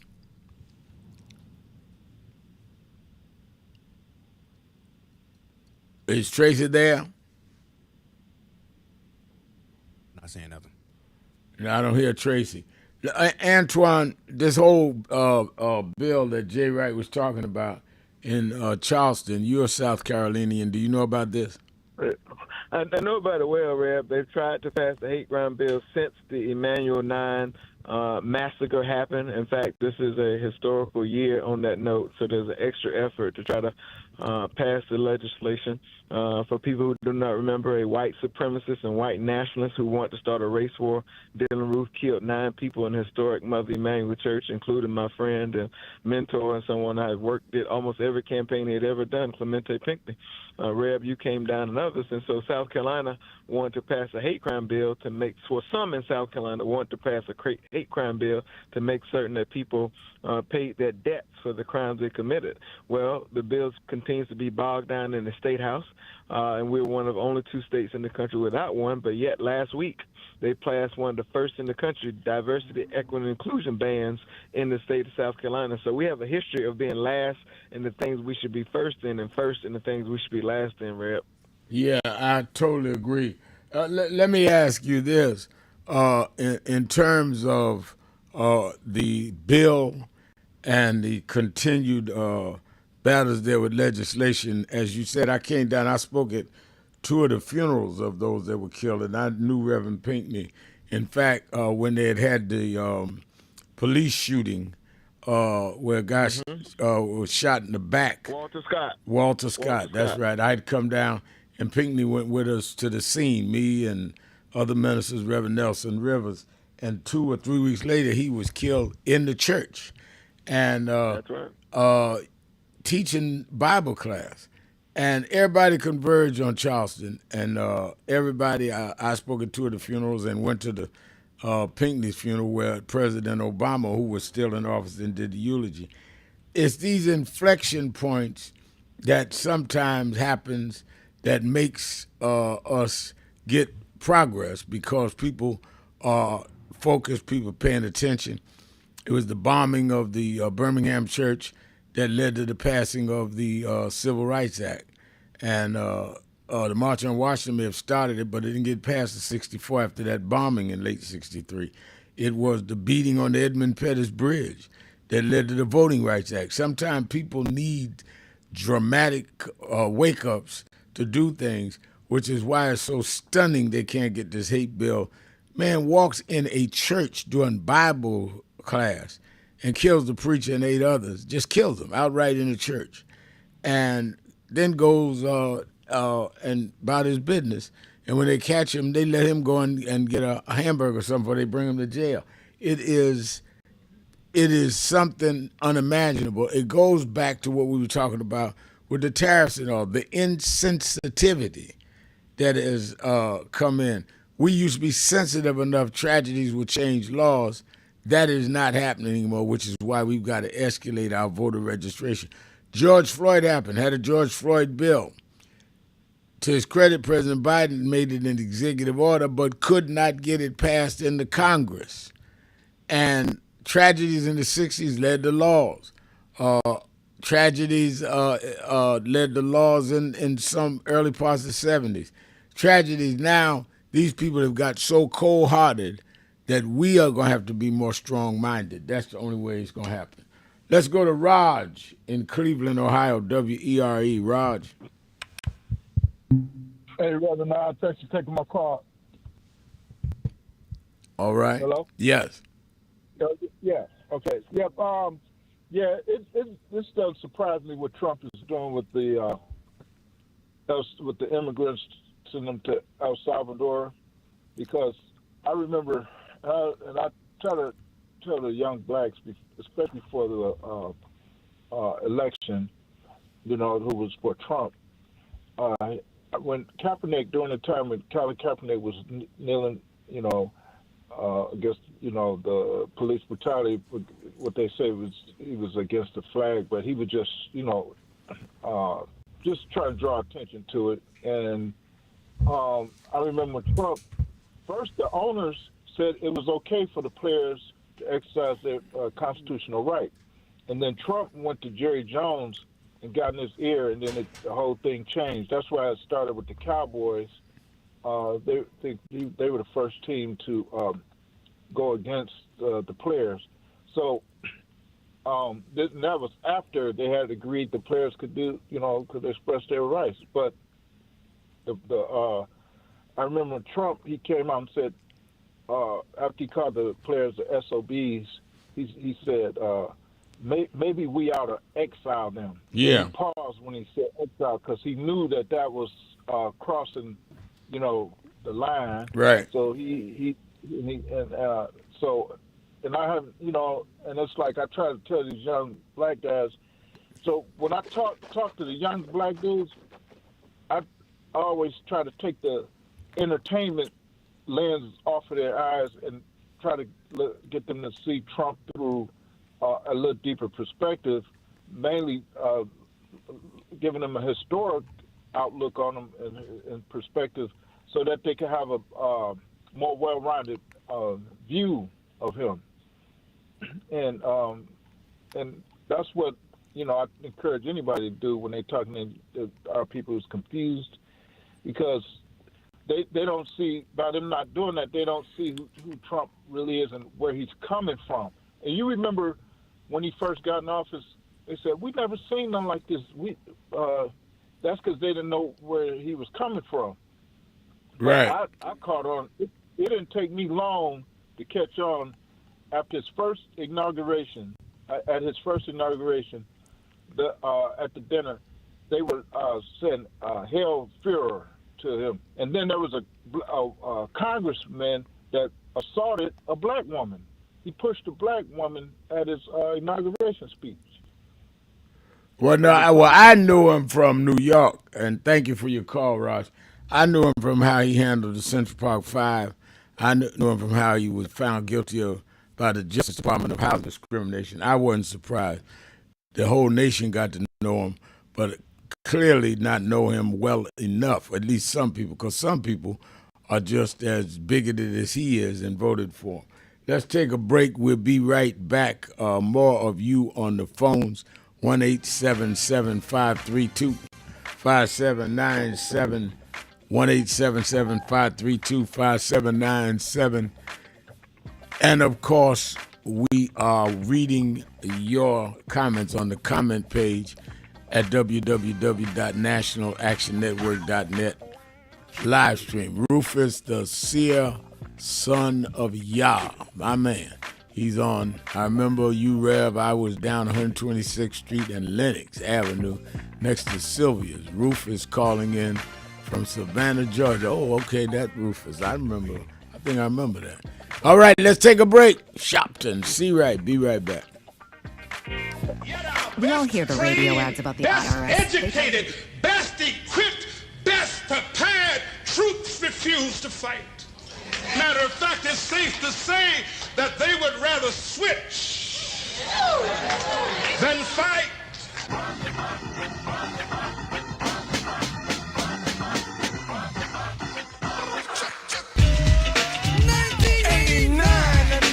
Another summer. Sound of the funky drummer. Music hitting your heart, cause I know you got soul. Hey, listen if you're missing, y'all. Swinging while I'm singing. Giving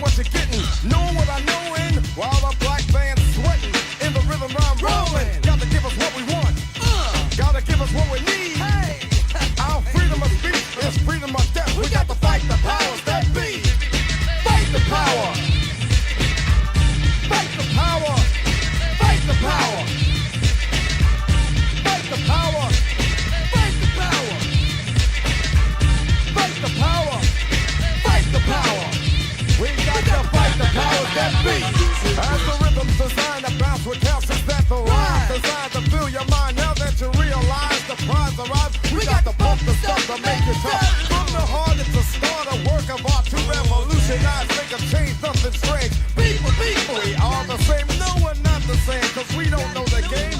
What we need is a way. I was at an event not long ago, and by chance ran into someone that had done some very underhanded, duplicitous things to me.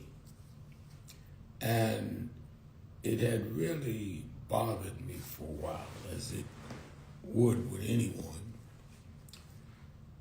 hurt me and set me back. And because it happened so long ago, a lot of the scars of that situation had healed, and I had moved on and was able to regroup, repair, move on. I ran into the person at this event by chance, and the people that were traveling with me, that they knew of the bad experience. And I spoke to the person who was gracious. They spoke to me, seemed a little surprised that I didn't show any bitterness. And when we got in the car, the people that were traveling with me said, "Man, you handle that well." And I said, "You know, I wanted to really say thank you to them." I said, "Thank you for what they did to you." I said, sometimes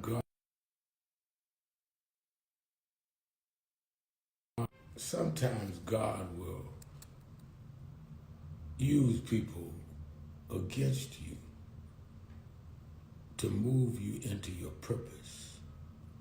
Sometimes people that are bad experience are there for a good reason.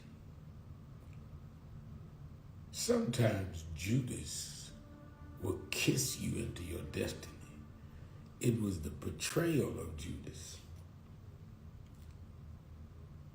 that led to not only the trial and crucifixion of Christ, but the resurrection of Christ. So don't get too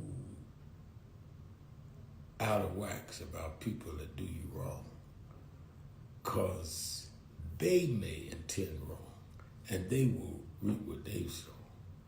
But God may use them to push you into something that they or you could never imagine is for your good. And even the people that treat you all right, that maybe don't do anything against you, but don't really deal with you on an equal basis, where you make them a priority, but to them you are a second option. Don't deal on a priority level with people that see you as a second option. If you make people a priority in your life, make sure you're a priority in their life. Otherwise, you have an unbalanced relationship that can't hold nothing because it's not balanced.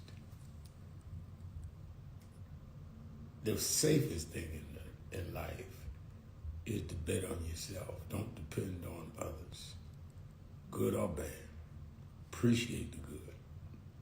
Embrace it, but don't depend on it. Betting on yourself is your best investment. That's why I get up every morning and work on me. Work with others. Some are real good. Some are proven to be effective in the things that are important to me. But I invest on me as my sure bet. So come what may, or come whomever, I stay the course and keep it moving.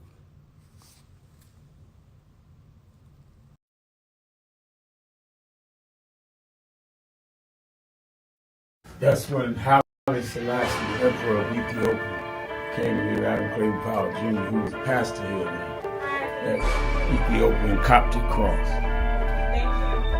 That was my first year on Civil Rights and Politics. As I know here, you're in trouble, where it says about 30% are unemployed. That's why I'm working hard to get this surplus food here. Some of you say to me, well, I'm not like you. I'm not a congressman. I haven't got education. I haven't got work. But you're a human being. And you know what you've got? You've got in your hands the power to use your vote and to use even those few cents you get from welfare to spend them only where you want to spend them.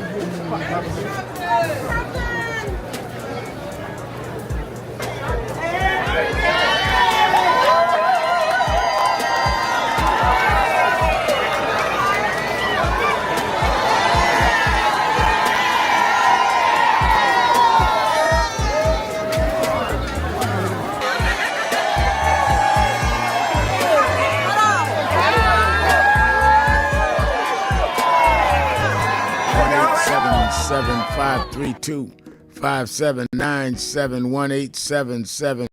1-877-532-5797. Antoine Seawright is our co-host.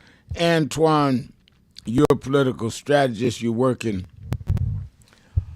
early and often with the heads of the DNC. What I had, thanks to the urging of some, including you, the chair of the Democratic National Committee at our national convention of National Action Network last week. And tell me, what are the critical districts that you are looking at around the country that needs to be focusing on registration and turnout, that if these districts turn from non-participant districts in terms of low turnout to high district and come out Democratic, then the Democrats will win the House and checks and balances are restored with Trump, and Hakeem Jeffries will be the speaker. Give us an idea. I don't want you to give me trade secrets. I know we're on the air, but an idea of the kinds of districts and states that you are looking at and you're recommending others look at.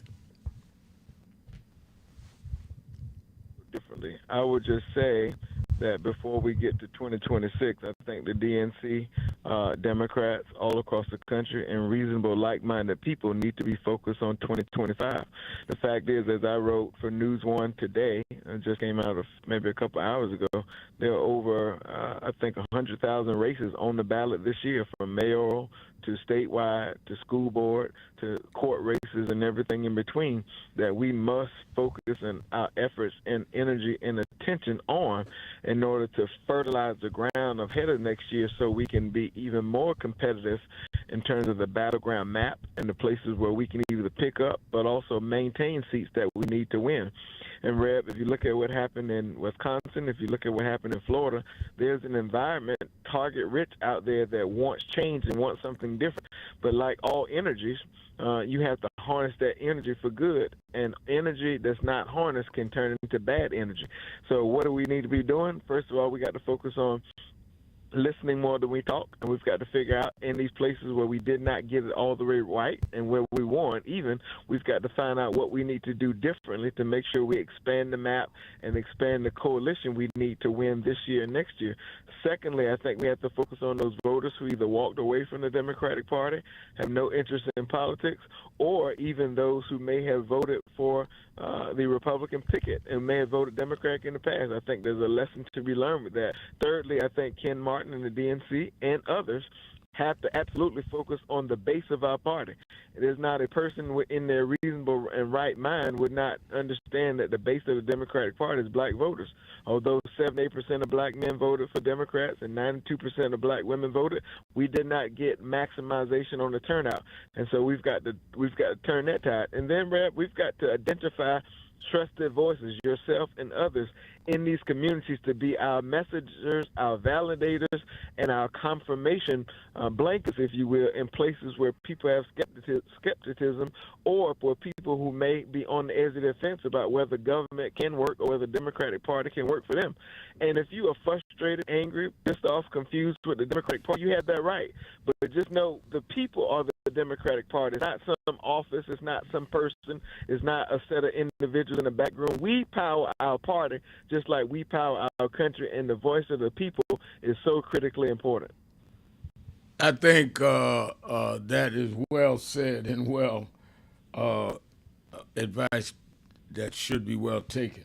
Let's go to Tracy in Las Vegas, Nevada. I think we got Tracy this time.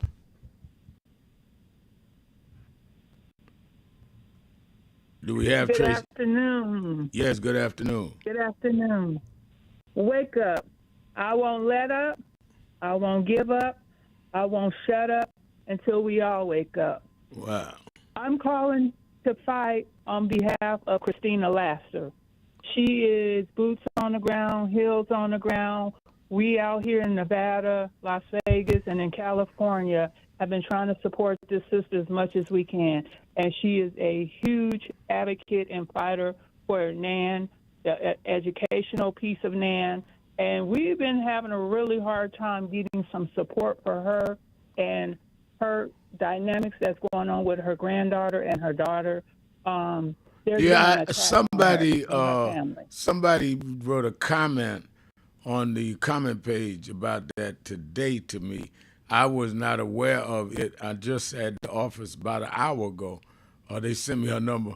Call her and find out what it is we need to do. No one had brought this to my attention until I saw it on the message page. So she's hearing directly from my office. I didn't even put it through the field department because they wrote a long message about her and something she's going through, and that she's not getting any assistance, and they were trying to get through to me. Well, they did. They got through to me on the message page right on this show, and now you're calling. And I'm sure by now she has gotten a call because about an hour ago, I told my personal assistant, call there and find out what we can do. So I'm on it, Tracy. Let's see what we can find out. Thank you for your call. Let's go to Christine in Manhattan, New York. Christine. Hello, Reverend Al. Thank you for taking my call. Thank you. Reverend Al, I'm going to start with the Democrat Party. The day Senator Booker stood up for 25 hours, I am a Democrat. I've been a Democrat since 1971. And President Biden is my favorite president.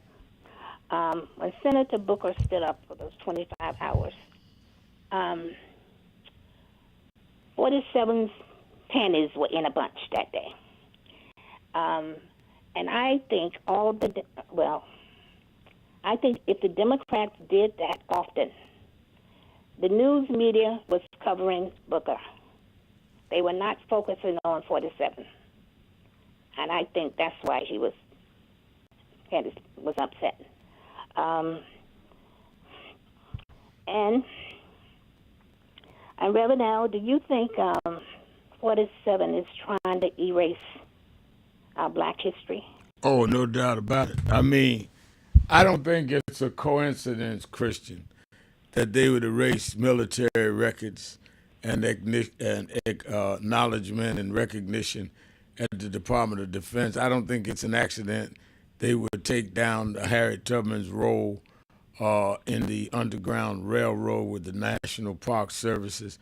I don't think it is a coincidence that in red states like Florida, they are literally taking black history out of the schools.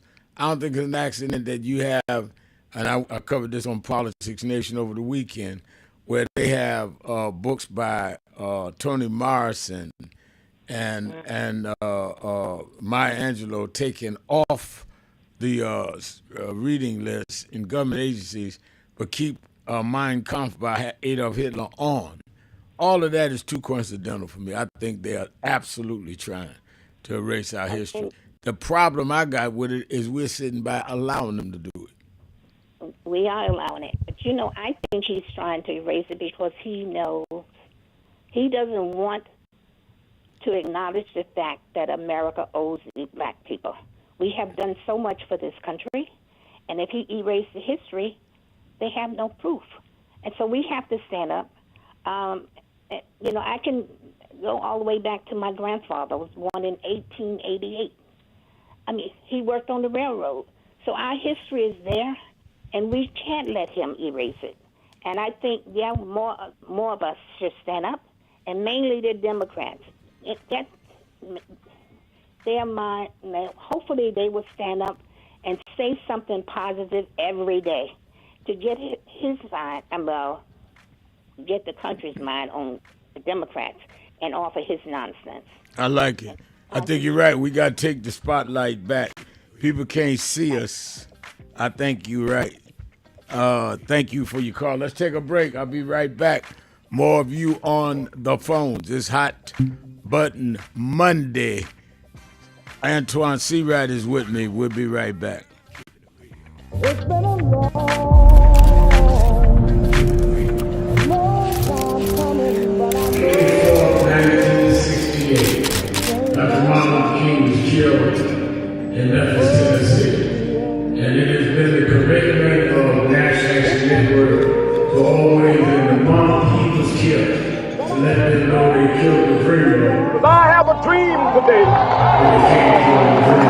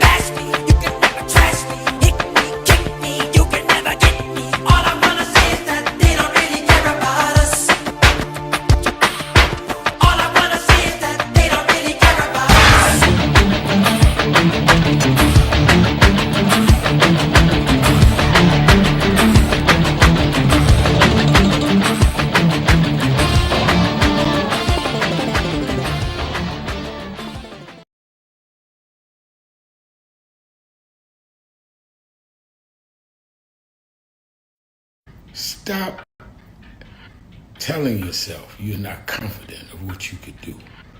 When people with half your skills and a quarter of your talent have gone on to create big waves in life, if you look at them and you know you're more gifted than them, then what is your problem?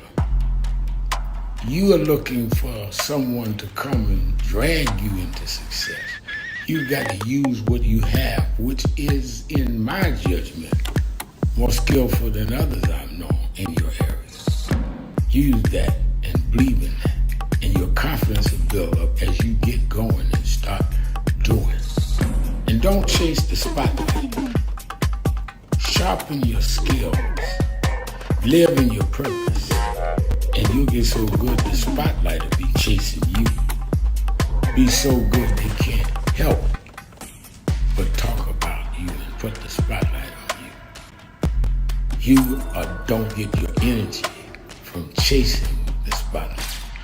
You get your energy by chasing your purpose. The spotlight and other adulation will come with it. Have a great day.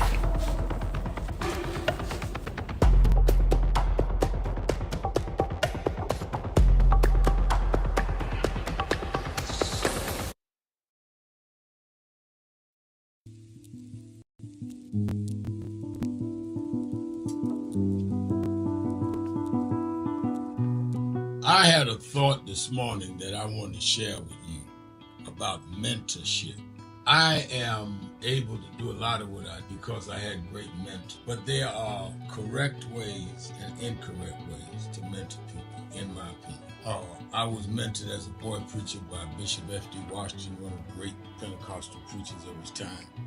Then Reverend William Jones, who became my pastor after Bishop Washington died, who was unquestionably in the top 5 black church ministers, theologians.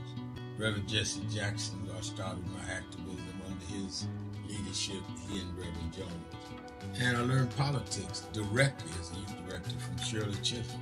So even though I didn't finish college, I had the most unique education in the world from being exposed to giants. But the one thing I learned is as I grew older and people started coming younger than me and wanted me to teach and mentor them, the magic of the mentors I had is they did not want me to be their clone. They wanted me to learn things from them and use my own gifts and talent in my own unique way and let me do things on my own, because they knew that if I flopped in some things, it would teach me with other things. They'll come and help me once I was down, but they were not going to have me avoid being down. And they were not going to impose themselves on me. Why am I saying that? Because too many mentors want clones. And too many mentees want their mentors to put them on a pedestal. Oh, so-and-so didn't do this for me. Oh, so-and-so didn't open doors for me. If they got to open doors for you, it may mean that they knew you weren't ready to go through those doors. Their job is to prepare you. Your job is to develop your own skills, your own unique ways. And I don't care if it's my daughters, who both have come into their own, or anyone else. I'm not a talent agent. I did not form National Action Network to give people their step up. I formed it to fight for justice for everybody. If talented people get in, it's my job to invest and give them a platform. It's their job to get on the platform and perform and show their ability. Sitting with me today in the office as I talk about it is one of my mentees, Reverend Stephen Marshall. Now, Stephen, you just came around us when you were how old? 11 years old. 11 years old. You just turned 40 and now you're called to the ministry? Yes, sir.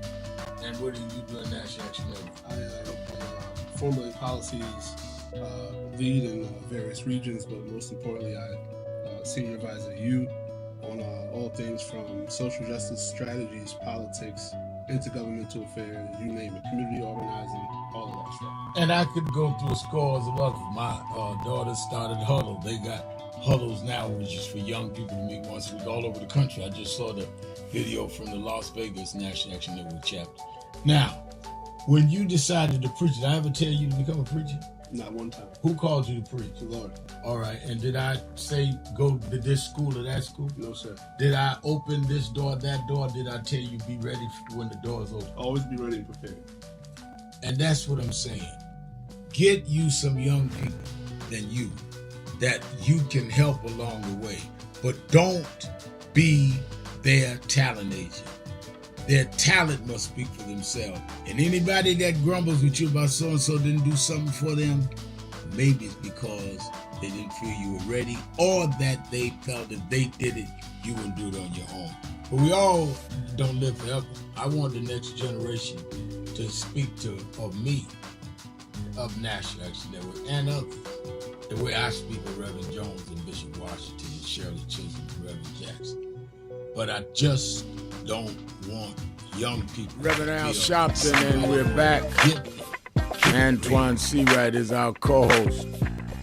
Let me read some of our message board. Tracy Lewis is saying we're working with Reverend Dr. Robert Bush and Emeritus President. This is the Las Vegas chapter of NAN, Gene Collins in Las Vegas. I'm glad y'all are working with them, and stay with them. Reverend Bush won for you guys. The Las Vegas chapter won chapter of the year at our convention this year, and y'all stay together. James Thomas writes, the Supreme Court is definitely responsible for the Trump defying the law because they gave him presidential immunity, which Trump thanks Roberts for at the State of the Union on television. I did see that clip, and he did say, thank you, I won't forget it, to Judge Roberts. I assume that's what he was talking about. James Perry Jr. writes that the Supreme Court is definitely responsible for the Trump defying the law because they gave him presidential immunity, which Trump thanked him for. Yes. And then I think that, it is also so distracting, Antoine, when you get people that get so far off the point. I'm seeing reactions. I have not seen what they're reacting to. But people that, we don't need to deal with politics. That's just appeasing us. Well, I don't see how putting murderers in jail like George Floyd is appeasement. I don't see how they're cutting people's Social Security that they've invested in all their life, and getting that restored is appeasement. And it reminded me when I was in Brooklyn College, and some brothers part of the Back to Africa movement, which I respected, and they said they don't believe in voting and any of that. We need to go back to Africa. And I said, and give me some practical things we got out of voting. And I told them we got everything from a lot of employment stuff, black ownership of businesses, and investment capital. A lot of things I was running down we working on. I said, now tell me, if we're going back to Africa, how are we going to take 30 million people back? What countries has said they're going to take us back? And how they're going to take care of providing economic opportunity for us and the people in the country? Are we not hurting them at the expense of what some whites did to us? And then what about the fact we built this country and they owe us? So you got two parts to that. See, there you go with that trick. No, ain't no trick. You ask me questions about civil rights. Now answer some questions about what you believe. Because my real point is you may have answers, but there are things that are contradictory in any philosophy. None of us has a panacea of everything. And just like you are hoping for the best in what you believe, I'm hoping for the best in what I believe. It doesn't make one good or bad. But don't act like you're the Messiah and we a mess. Because I'm not intimidated by the volume of your voice. I'm only impressed if you can deal with the content of your position. Let's go to Andre in Atlanta, Georgia, WAOK. Andre. Good afternoon to you, Rev, and to Mr. Seawright. Rev, last week was one of those weeks where it's kind of hard to even know where to begin. So maybe I'll begin today by uttering some words that I don't think have ever been spoken before in the history of our country. The Secretary of the Treasury of the United States is a dishonest MAGA political prostitute. Scott Bessent, our current Secretary of the Treasury, just like everyone else in MAGA world, has prostituted his morals. He has prostituted his education. He has prostituted his years of experience on Wall Street. He has prostituted his oath of office, and he has prostituted his fiduciary responsibility to the American people, all in the name of being close to his MAGA cult leader so that he can lick his cult leader's boots. Every time the Scott Bessent guy steps in front of a TV camera, he looks so uncomfortable that he looks as if he's being held hostage by someone off camera with a gun pointed at him. And the reason that he constantly looks that way is because he knows that he's lying through his teeth to the American people, and he knows that we know that he's lying. When Trump and J.D. Vance put that 90-day pause on tariffs in place on Wednesday, and the stock market instantly began recovering, this lying Trump suck-up Treasury Secretary got in front of the TV cameras and told us that this was Trump's plan all along, only to have his cult leader later embarrass him when Trump admitted that he changed course in response to the decline in the bond market. So I guess that we can all assume, according to Treasury Secretary Scott Bessent, that after the rise in the stock market on Wednesday, it was also part of Trump's plan to have the market do a 180-degree turn on Thursday and close again in the red. This guy Bessent is 100% useless to the American people as this nation's Treasury Secretary. And by the way, to the next person who is elected president in 2028, be it Democrat or Republican, my vote for this nation's next Secretary of Treasury is Stephanie Rule of MSNBC. Wow. Regarding Trump and J.D. Vance's tariffs specifically, everyone may not remember, but Trump also imposed tariffs on several countries, including China, during his first term in office. He did. And as a result, China, just as it is doing now, China during Trump's first term imposed retaliatory tariffs on U.S. exports to China, including farm exports. As a result of China's retaliatory tariffs on U.S. farm exports during Trump's first term, that Trump administration paid billions and billions of taxpayer dollars to American farmers to compensate those farmers for the harm they incurred as a result of those reciprocal tariffs. And this current Trump-Vance administration is again considering paying billions and billions of dollars to American farmers to compensate them for their reduction in exports to China as a result of China's current reciprocal tariffs. Rev, what I did not hear during all of Trump's first term, and what I'm still not hearing since Trump and J.D. Vance announced these new tariffs, I have not heard any white, racist MAGA Republicans going on Capitol Hill, or any white, racist MAGA Republicans calling in to shows such as this one to ask their all-time favorite, most popular, dumbest question in the world, which is, why should my tax dollar be used to pay farmers? I didn't have anything to do with their income loss. Not a they only hold 1 minute. I want you to finish this. Hold 1 minute. Because you're right. They ask us about why should they pay for what their grandparents did, but nobody ever asks why should we pay for what they did to the farmers, this country. Interesting. Andre has to finish that. Let's come right back. Sharpton, be right back. Smile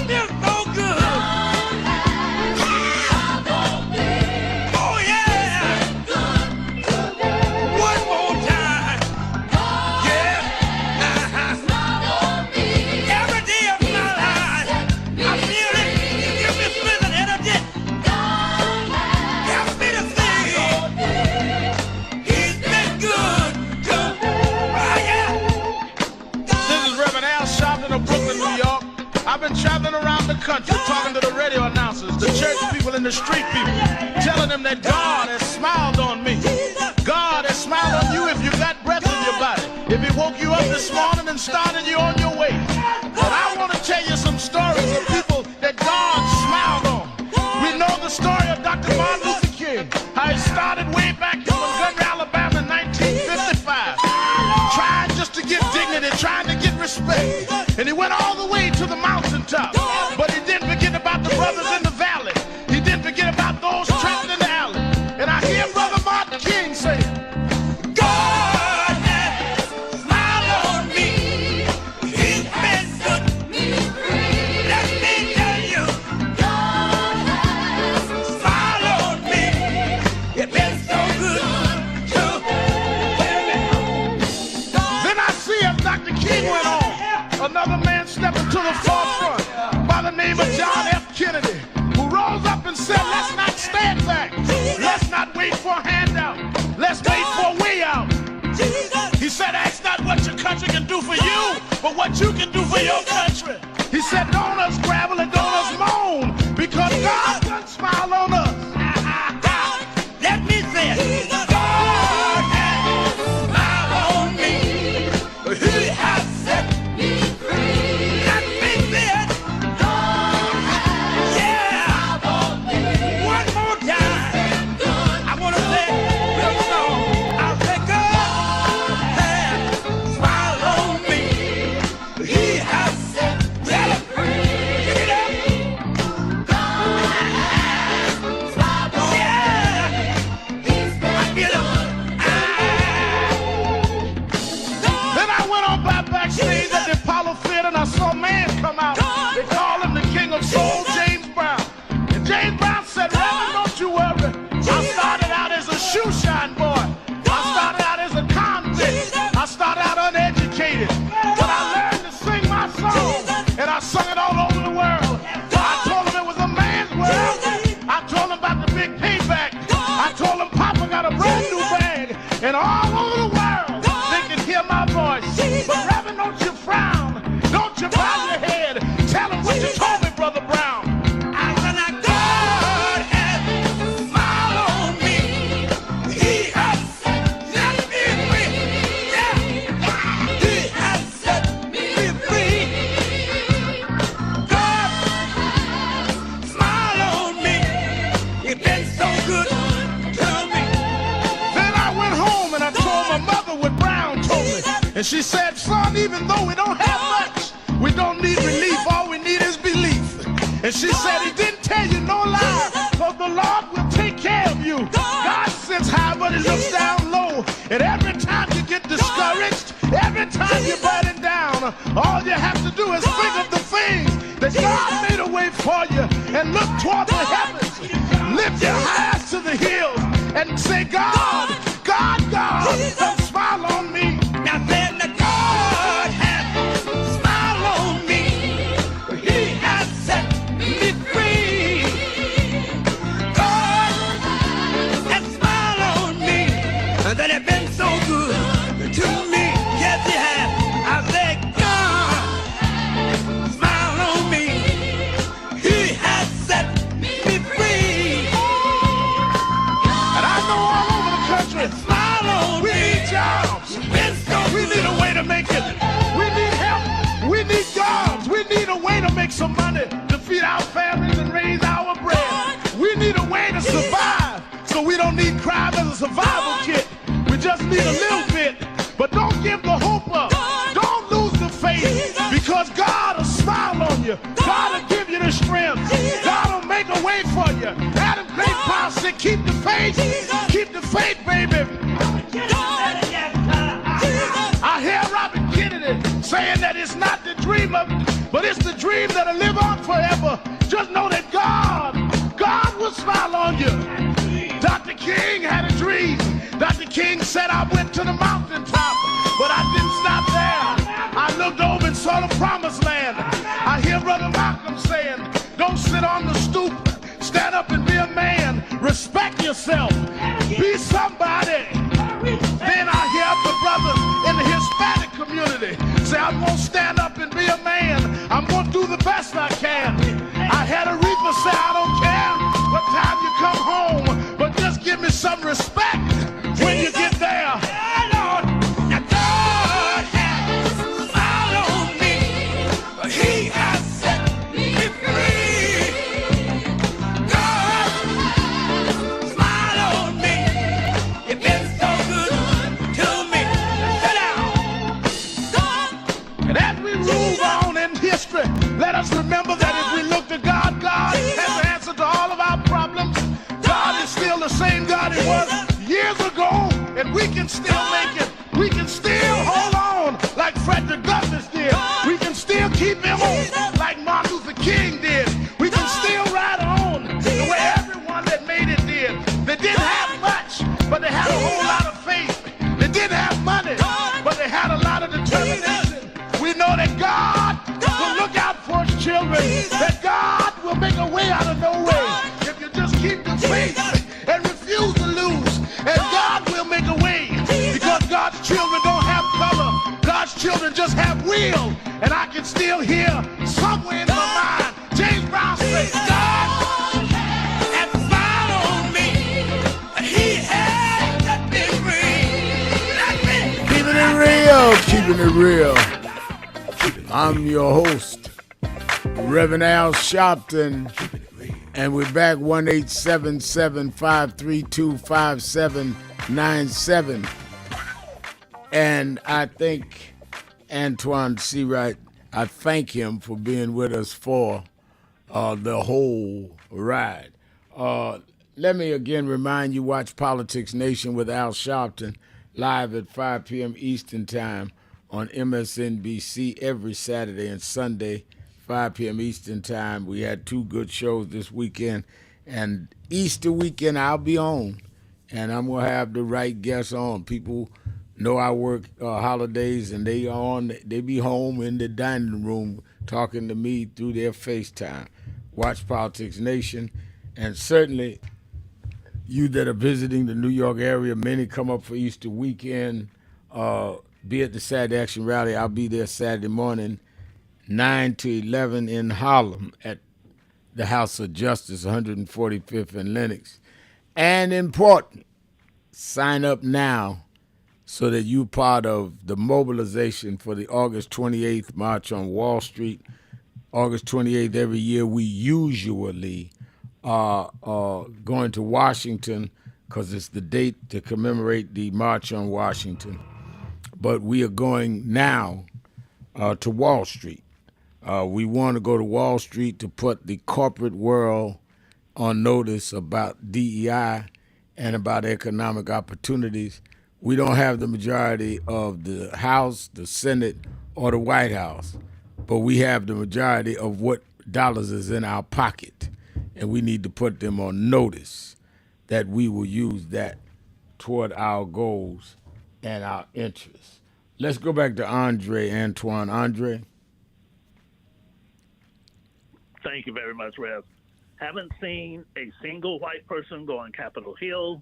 Haven't heard a single white person call in to any radio talk show and ask their all-time most popular, dumbest question in the history of the world of why should my tax dollar be used to pay farmers? I didn't have anything to do with their loss of income.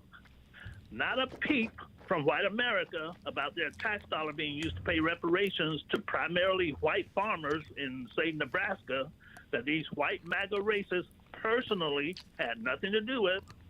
Historically, not a peep from white America about their tax dollars being used to pay reparations to primarily white coal miners in West Virginia, that these white MAGA racists personally had nothing to do with. But when it comes to paying reparations to black people, all of a sudden, they feel the need to ask that dumb, why should my tax dollar be used question. And Rev, I could make the argument that the harm to American farmers by the government was indirect and unintentional, whereas the harm that the government imposed on black people was direct and intentional. Does it make more sense for the government to pay reparations to people whom the government intentionally harmed or unintentionally harmed? Does it make more sense for the government to pay reparations to people whom the government directly harmed or indirectly harmed? So right now, white America, I want you to put your collective ear really, really close to the radio, since you apparently weren't paying attention in the 7th grade. Your tax dollars are used to pay the obligations of the government, period. Whether you had anything directly to do with those obligations or not. Got it? And if you're not a racist, which is what you want us all to believe, where is your why should my tax dollar be used question now when it comes to reparations to farmers? Why do you pose that dumb question only when the discussion turns to reparations for black people? Show the world that you can think for yourself. Show the world that you are not a graduate of Trump University, and show the world that you are not blindly hypnotized and not blindly mesmerized by those pathetic journalistic prostitutes at Fox News. You'll be a better person for it. And if I may, Rev, so that I don't run out of time, I'd like to call back tomorrow or later this week to really get a third topic off my chest regarding this entire discussion about trade with China and other countries, because there's something that I've been holding in for literally years, and these tariffs have set the perfect stage for me to get it off my chest in my next call. So I'll just put that off until tomorrow or the next day. But Stephanie, call us back. Make sure you call us back, and I want to hear what you got to say. And certainly, I think that the thing missing in this whole dialogue about reparations for farmers as opposed to reparations for blacks, Andre, is that they did do farmers in, and they did do damage, and I believe they ought to be repaired just like we must be repaired for centuries of what they did to us. But the reason why Andre is right when he cites government, there were laws, actually laws against us. There was social policy that hurt the farmers. But there never was a law saying the farmers couldn't do this, that, or that. There were laws saying blacks had no rights that any whites could respect. So there is the difference. And it makes it drives the nail through the wood of what the point is that Andre is raising, is that it was not a unfortunate result of social policy that hurt us, like they claim with the farmers, and I don't even buy that because I think it was intentional in some cases. But you couldn't even say that with us. It was written law about us, so you can't duck that one at all. Well, Red, part of the reparations conversation, and we all know it takes 218 in the House and then 51 in the Senate to get that done, and then a president who's going to sign into law. So let's set the baseline that. But I don't know if people have been paying attention, but it was just President Trump a few weeks ago, who said that we should think about reparations for the January 6th insurrectionists who stormed the Capitol.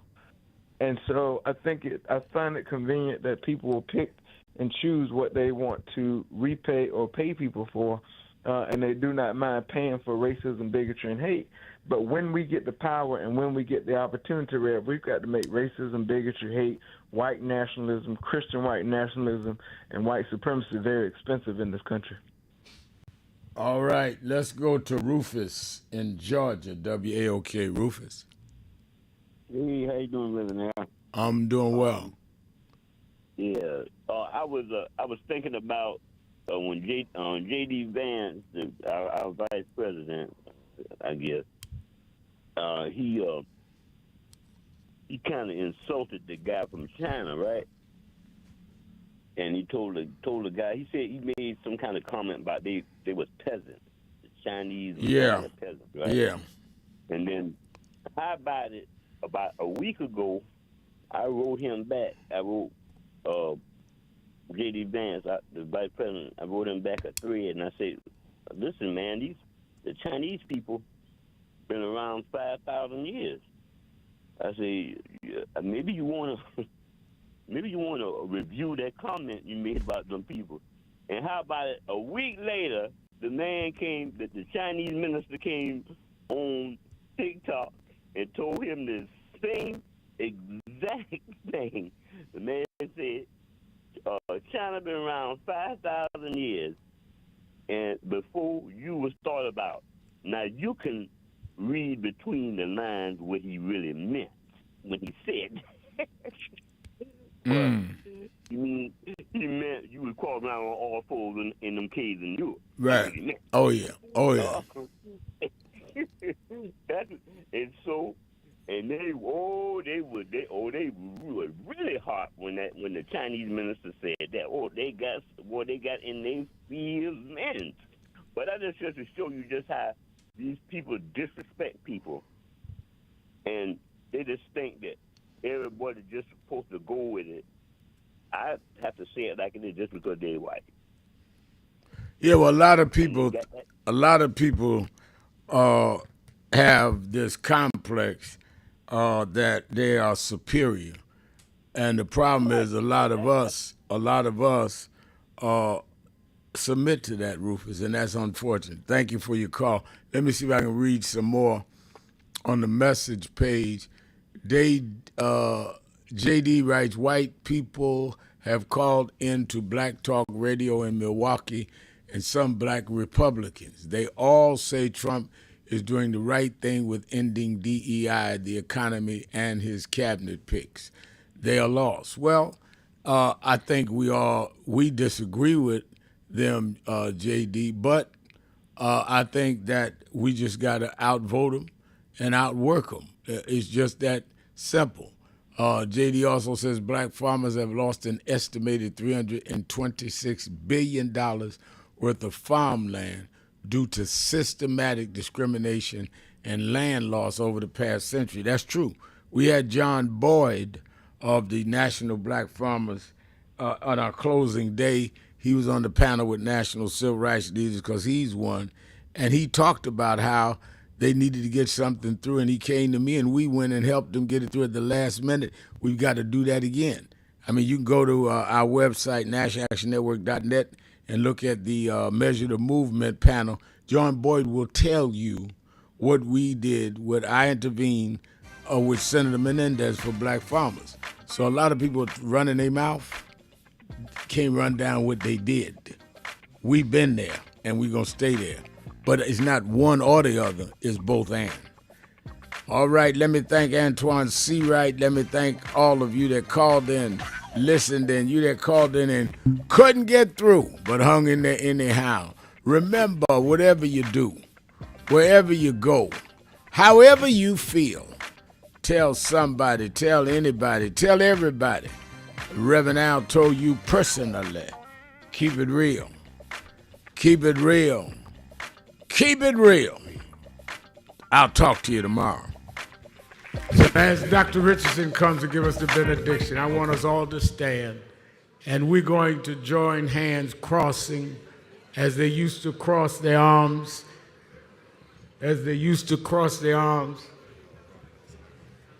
and march in the South. And they used to look at biting dogs. They used to look at bombed churches. They used to look at blacks and Jews mowed down and look death in the face and sing, "We shall overcome. We shall overcome." Deep down in my heart, I do believe we shall overcome. Shall we pray as we silence ourselves, as we respect this moment? Eternal God, our Mother and our Father, we thank you for ordering our steps into this space made sacred by our intentions. And we ask now that you might equip us to be engaging in the darkness, that we may come to the light. We thank you for this powerful witness known as the National Action Network, and for its courageous leader, the Reverend Al Sharpton. Now make all of us courageous. Make all of us active. Make all of us advocates for justice in the spaces where we live and work, and we'll give you the praise for all that we shall accomplish. In the mighty name of Jesus we pray. Amen. Amen. We shall overcome. We shall overcome. We shall overcome someday.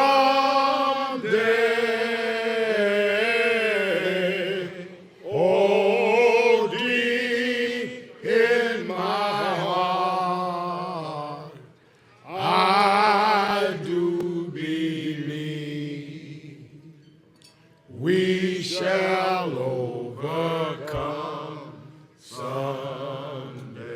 One more time now. We shall overcome. We shall overcome. We shall overcome someday. Oh, deep in my heart, I do believe we shall overcome someday. Good night. God bless you.